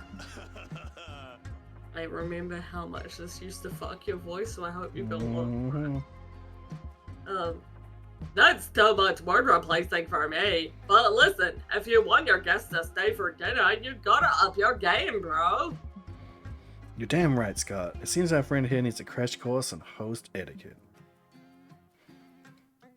Yeah, like, maybe put some extra lighting in your front room here, and clean up the ketchup stains all over the floor. That'll make your guests feel welcome and safe. So you're saying that by being a better host, I can get my guests to stay for dinner? Yep, perfect plan. What's the best way to transform Jerry the grizzly serial killer into Jerry the hostess with the mostess? Good host always treats their guests. Teach Jerry how to cook a dessert to die for. Give Jerry your best jigsaw puzzle so he can keep his guests hooked forever. I feel like that bottom one's probably mined, isn't it? Maybe. Oh no, wait. I don't know, I quite I'll give like it a the shot. dessert one. Nope. Oh. Jesus. So hyped for not being able to complete it, but anything to help a neighborhood in need. A few nights later, screams are once again emanating from Jerry's home. A terrified couple runs from room to room covered in blood trying to escape. I think he's gone. God, this is a nightmare, cries the woman. How did you talk me to going to a dinner party at Jerry's? I can't believe he killed everyone, the man weeps. Even Carl. His wife had a baby on the way. Shh, he can find us at any moment. Help me break open a window so we can get out of here. My gushing head wound is really starting to sting. I'm not finding any blunt objects in here, just old newspapers, moldy socks, and... Wait, is that a half-finished jigsaw puzzle on the ground? Who cares? We don't have time to study a puzzle or stupid pack of wolves. We need to get to the car. Wait, did you say wolves? This puzzle is obviously depicting a pack of jaguars. No, jaguars don't hunt in packs. It's wolves, you idiot. It's jaguars. Wolves! Jaguars! Stop, guys. I could hear you shouting all the way across the house. You like my puzzle? My friend Skelly gave it to me. They're a kind +3 soul. Now, let's find out how many bases I can turn you guys into. For those at home who are curious, the completed puzzle was actually a bowl of fruit. But I am no normal cat. I recommend somewhere that gives us hype. Which doesn't appear to be any of these, so think of something. Desert Foot gift shop. Desert Foot looks like two bad things. Does. It is. With a potential good thing. Versus the other one is a good and a bad and a potential good or bad. Oh, it's me. Yes. Yeah. Okay, what are my options? Gift shop or Desert Foot? All bad things, or a little bit of money to lose money, or something. We'll go gift shop. I don't really know. What sort of gift shop even is this? Just a pop-up stand in the middle of the desert? What are these products for sale? What are they for? What are they even made of? Of course it's Noodle. Well, this is definitely weird, but you might as well bring the shop to the next level, get the good stuff, or invest in this clearly booming business. Invest. You and your friends get out of the car and enter whatever this place is. Greetings, fellow flashbags. Welcome to Noodle's gift shop. See anything you like? Oh, this stuff is so cool. What is this stuff anyway? Rocks, of course. They're the cold, silent onlookers that never love you back. Noodles, these rocks are the shit. How long have you been running the stand? Long enough to know better than to answer personal questions. He drew. Oh, I get it. He drew angry eyebrows. No. Oh. Nice. You're a really good business owner. You've got the makings of an entrepreneurial greatness in you. Does he though? Of course he does, Dom Dom. Check out all that natural business smarts and charisma oozing out of Noodle's pores. Talk about my oozes! We gotta invest in this booming business, y'all. These rocks are about to go big. Let's go all in on it now and get ahead of the curve. I know where this is going, Polly. Don't you remember the last time you invested in a booming business while you were drunk?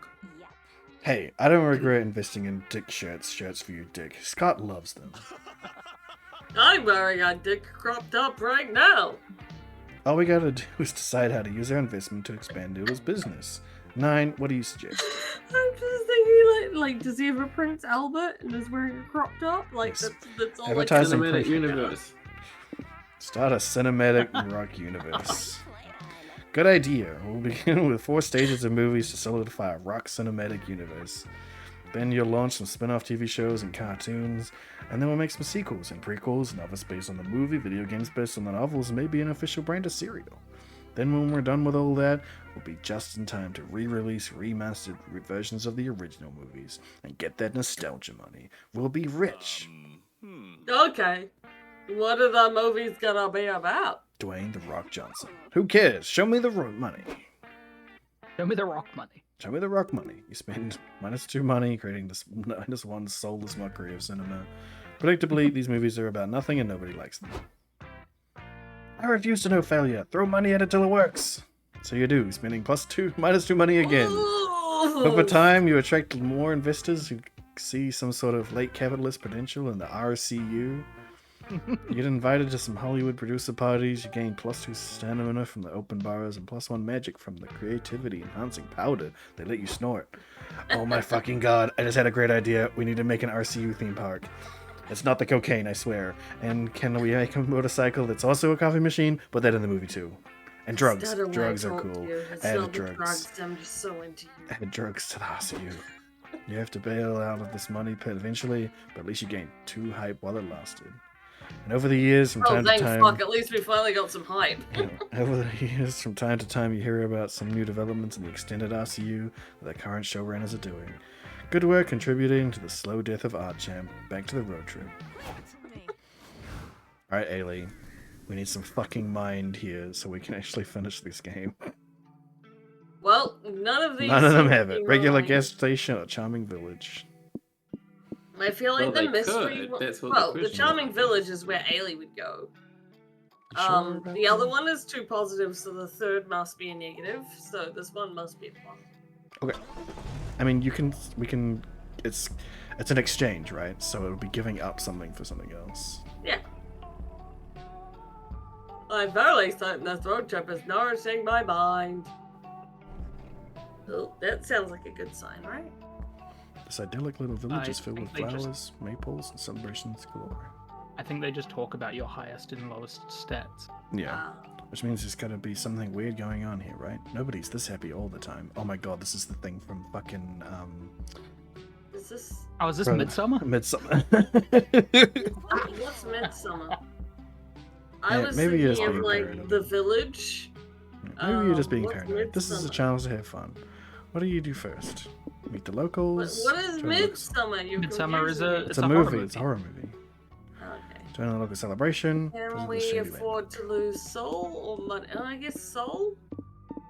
Yep. No, drop some And soil. then we'll get We us haven't- something else in exchange. So yeah, let's visit the shady. Actually, yeah, Ailey. But you might not get what you want in exchange. It's a random No, set. No, just that's the soil. thing. It's a random, but it's choosing what we'll lose soul-wise. But Ailey would either join Celebration or see a shady landmark. But if there's no alcohol at the celebration, she would go to the landmark. So, and based off that picture, there's no alcohol. You, Polly, and Scott check out the village's most sacred landmark, which turns out to be a sacrificial altar. It is midsummer. Oh, yay! A Ailey person would is getting definitely have gone to that if she knew. I'm gonna get magic out of this, I think. A person is getting skinned alive at the center of the altar. The coward looks on silently. What the hell is going on? Are the skinned people? Oh, that's what the It's the picture summer was. festival of skinning, of course. Most of our skinnings are done in private to conserve modesty, but once a year we publicly make a sacrifice to our fleshless overlord, Graphoman. It's a beautiful ceremony that builds camaraderie among the village. All with the skin. Camaraderie, huh? Seems like a pretty raw deal for the guy getting skinned. Oh no, it's a great honor being chosen for the public sacrifice. Trust me, he's having the time of his life. Oh god, the pain! Cries the skin man on the altar. The endless horrible pain! Ah, music to my ears. Pass me the popcorn, dear. Polly, I have a question. Ollie, that seems weird. Should we, stop them from hurting that guy? I'd like to, but a bunch of road trippers versus an entire village of cultists doesn't seem like good odds. Okay. So what do we do? Well, you know what they say. If you can't beat them, join them. Yes, take it off. Show us some skin, honey. Show less skin, I guess. Looks like not even your friends are immune to peer pressure. Since you're gonna watch, how will you maximize your enjoyment of watching a man get skinned alive? Oh, Jesus Christ! Good audiences have catchy chants like, sacrifice, use that knife, this is cool because it rhymes. If you comment on it using enough cryptic adjectives, people will agree with you to just avoid looking dumb. Ooh, that could be mine. That could be some mind stuff. Well, I was gonna say that's more like Ailey because Ailey doesn't know words. She's not gonna come up with a beautiful rhyming chant. That's what true. like You are the bard would do. performative. She's just gonna yell random shit and hope she looks smart. So cryptic adjectives. You put on your most pretentious fake glasses and say, I do enjoy. No, that's you. I do enjoy a classy tentinic skinning. The flayers are affable and quaffering. The old chap, wouldn't you agree? Sure. The quixotic use of the cat o' nine tails. His wrist techniques are a bit flinty for my taste, but with a full-bodied jammy like that, I can hardly complain. Yes, true. It's so tantalizing and sanguine. Look, Scott, Ailey's doing wine tweeter IRL. We should join in. I find the sacrificial altar to be scantily salacious. Its heady, fastidious overtones perfectly complement the ritual's grisly sociopathy. Yes, sociopathy. We know that one. It's one of the most important parts of Graphomet's holy teachings. It's singularly one of the most penultimately imminent appointments of Graphomet's sacrosanct tutelages. Okay, now you're just trying too hard. My turn. I think the sacrifice is super duper sacrificing. Did I do it right, Polly? Close enough. Soon more bystanders are regurgitating your opinions to each other without having a clue what they mean. Man, this really is just Twitter. You lose 3 soul for standing by while a guy gets skinned alive, but we gain the mind for using the specific adjectives. We're nearly at the end. Time to stop and get some rest. I I don't know how long this fucking thing goes for. Jesus Christ. I think this must be the last week, or there might be one more. I don't know because there's 4 of us. I don't know what the length is. None of us played this. I'm gonna go with the car. You gonna go with the car? Yeah. Let's choose wisely.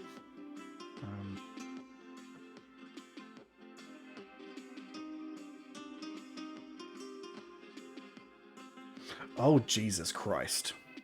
What? It's your turn. This can go for a very long time. We've got all the mind we need. Is And it then- still gonna keep going? I don't know what we need to do. We'll find out.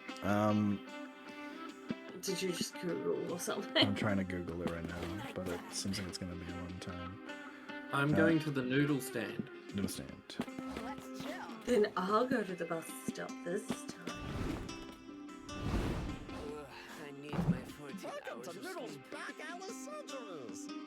Let's face it, this road trip is just a one-way ticket to your painful demise. But hey, why not prolong the inevitable with one of my products?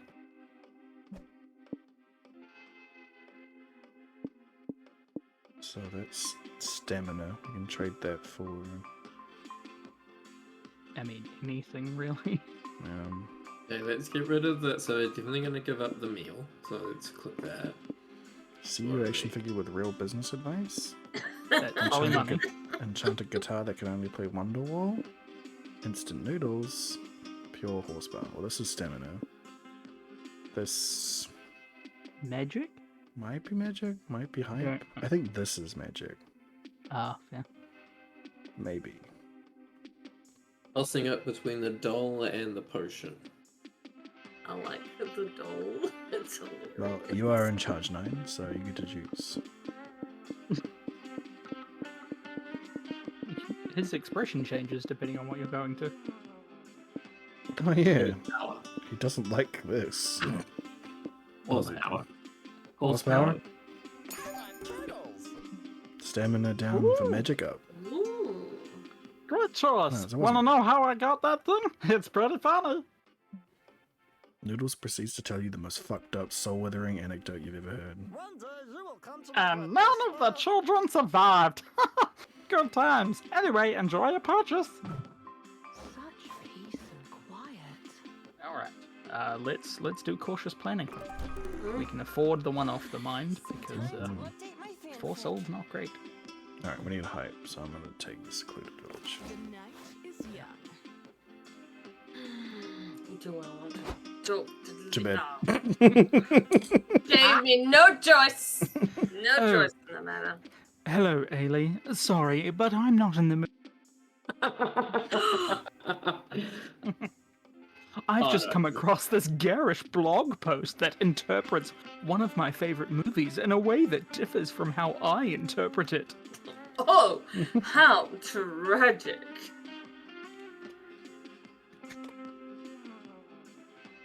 Ellie? Yeah, I'm trying to I- figure this out. I know that everyone's entitled to their own opinions, and we have freedom of speech. But that means, in turn, that I'm entitled to my opinion that this person's opinion is incorrect, and I'm protected by free speech to write a 5-paragraph essay explaining why. Too cliched for Anyway, I expect this argument will last me all night. I have to catch up some. See you. So mean. We did it. Yay! Okay, Finally. so that is the destination where we're going to. Yeah. Now we just go straight there. Prom. Prom 20XX. Oh shit. Oh god. Why are we going to another prom? The cryptid prom is here. The principal's here. That dog! Oh my god! That is amazing. That's the principal, baby. Oh my god. I love the one up on the left, the like bit style one. Though the one on the far right looks like a weird Link. It's creepy Yeah, Link. Creepy Link. Yeah, creepy Link. The cryptid prom is here. Anyone would think Monster Prom was enough pressure for anyone's heart. But nope, here you go again. You know what? It's great. You make lots of cryptid friends, and also the wonderful things that made Monster Prom so cool. Romantic slow dancing, wacky hijinks, quality time with your friends. You even help some cryptids that are super nervous about prom. You went through this already, so you assure them they've got this. Aww. Prom. You could do this again and again. And you sort of can just by playing Monster Prom again. That wasn't all. Congrats, you reached the destination, but there's more to it. Every player gets an individual ending. Oh. could end up being a lame loser just okay, or the MVP. In multiplayer mode, the result will be determined based on how much you contributed to the resource needed to reach the destination. Oh. The single player mode is certain point by overall resource. There's also the date ending, which has its own requirements. But in the ending up, a lame loser will overwrite the date ending. No dates allowed for lame losers. Anyway, let's judge you. Oh no. 9. Cryptid Prom. Woohoo! It's a long, wacky road trip has all been with it to finally go to Cryptid Prom. Except you are not going to Cryptid Prom. What? Apparently, Cryptid Prom was all a lie to trick you into going to the vet. But it can't be a lie. You literally are at Cryptid Prom. True, but it was so the lie would hold water better. All your friends will actually go to Cryptid Prom while you go to the vet office next door. Ugh. Well, you're really here. You take a moment to reflect on all the wacky misadventures that brought you here. There's that time you almost lost your nose while stopping at the gift shop. Another time you managed to fit a whole lot of pistachios in your mouth. A truly impressive feat, especially considering your acute nut allergy. There's also that time. Oh my god, it sounds like me. Yeah. There's also that time you went the whole day without wearing pants because fuck pants. Ah, yes. It's been truly a formative and life-changing experience. Look back on all those important moments, then they stay with you for the rest of your life. And in doing so, this road trip will last forever. Hey. So much hassle finally paid off. You got to Cryptid Prom. It's been a thrilling, enriching, and dare I say, life-changing? You feel like you're a different person in a way. Yes, you're at Cryptid Prom, but now you realize the road trip isn't really the destination. Dang, the road trip isn't even really the journey. No. You finally see that. The road trip is the friends you made along the way. Does that make sense? No. Who cares anyway? I'm guessing 9 got the date ending, but because he hit the end, he didn't get it. It's got the vet ending. You win everyone's hearts at Cryptid Prom. Is it your 6 dance moves, your intoxicating confidence, your cool hairdo? Probably a blend of all that. It's one of those nights you feel the center of the fucking universe and people can feel it. You became so wildly popular that the cryptids insist that you become a cryptid too. And who are you to refuse? Use a signature aloofness to surround yourself in sexy mystery. I am already like a fucking octopus beast, so it makes sense. You are an eldritch creature to start with. Yeah, exactly. yeah. Like Soon you everyone are a cryptid. Soon everyone is talking about you. What is that creature? Is it even real? No wonder this happens. You're so awesome, and it was only a matter of time before people became completely obsessed with you. It really feels like you not only won the monster road trip, you also Cryptid Prom. Hey. Because I contributed 10 of the mind points. 9, I contributed -2.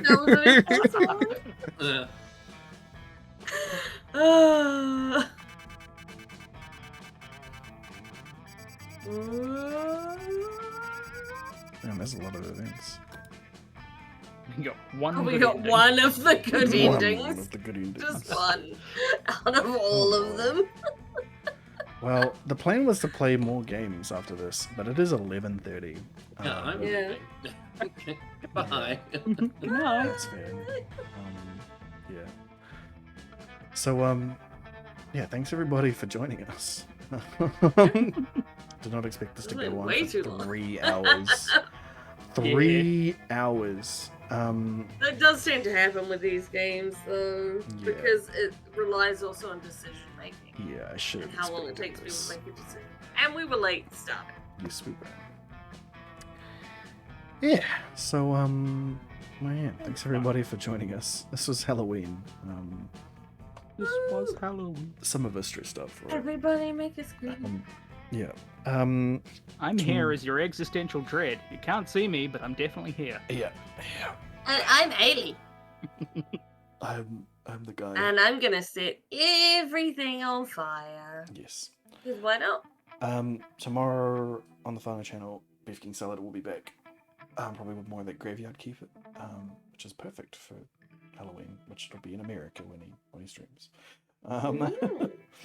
And then Wednesday, the whole final will be back. We'll be playing Dragon Ball Xenoverse. Check that out. Or you can go to me and watch Divinity. Nah, don't do that. And then Thursday. With Nine and Vertigo and Jaunty. And then Jaunty's Thursday. Nuzlocke series is ongoing still as well.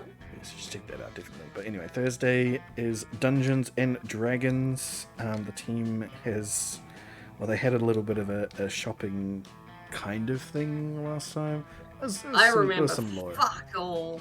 There was some lore stuff and some stuff happened. It wasn't just all buying things, but there was some buying that happened. It was us Ailey's confronting ready various to shopkeepers. Yeah, there was a lot of confrontation of shopkeepers. Hey, but Ailey this did time- not harass them like last time because there was no dragon threat.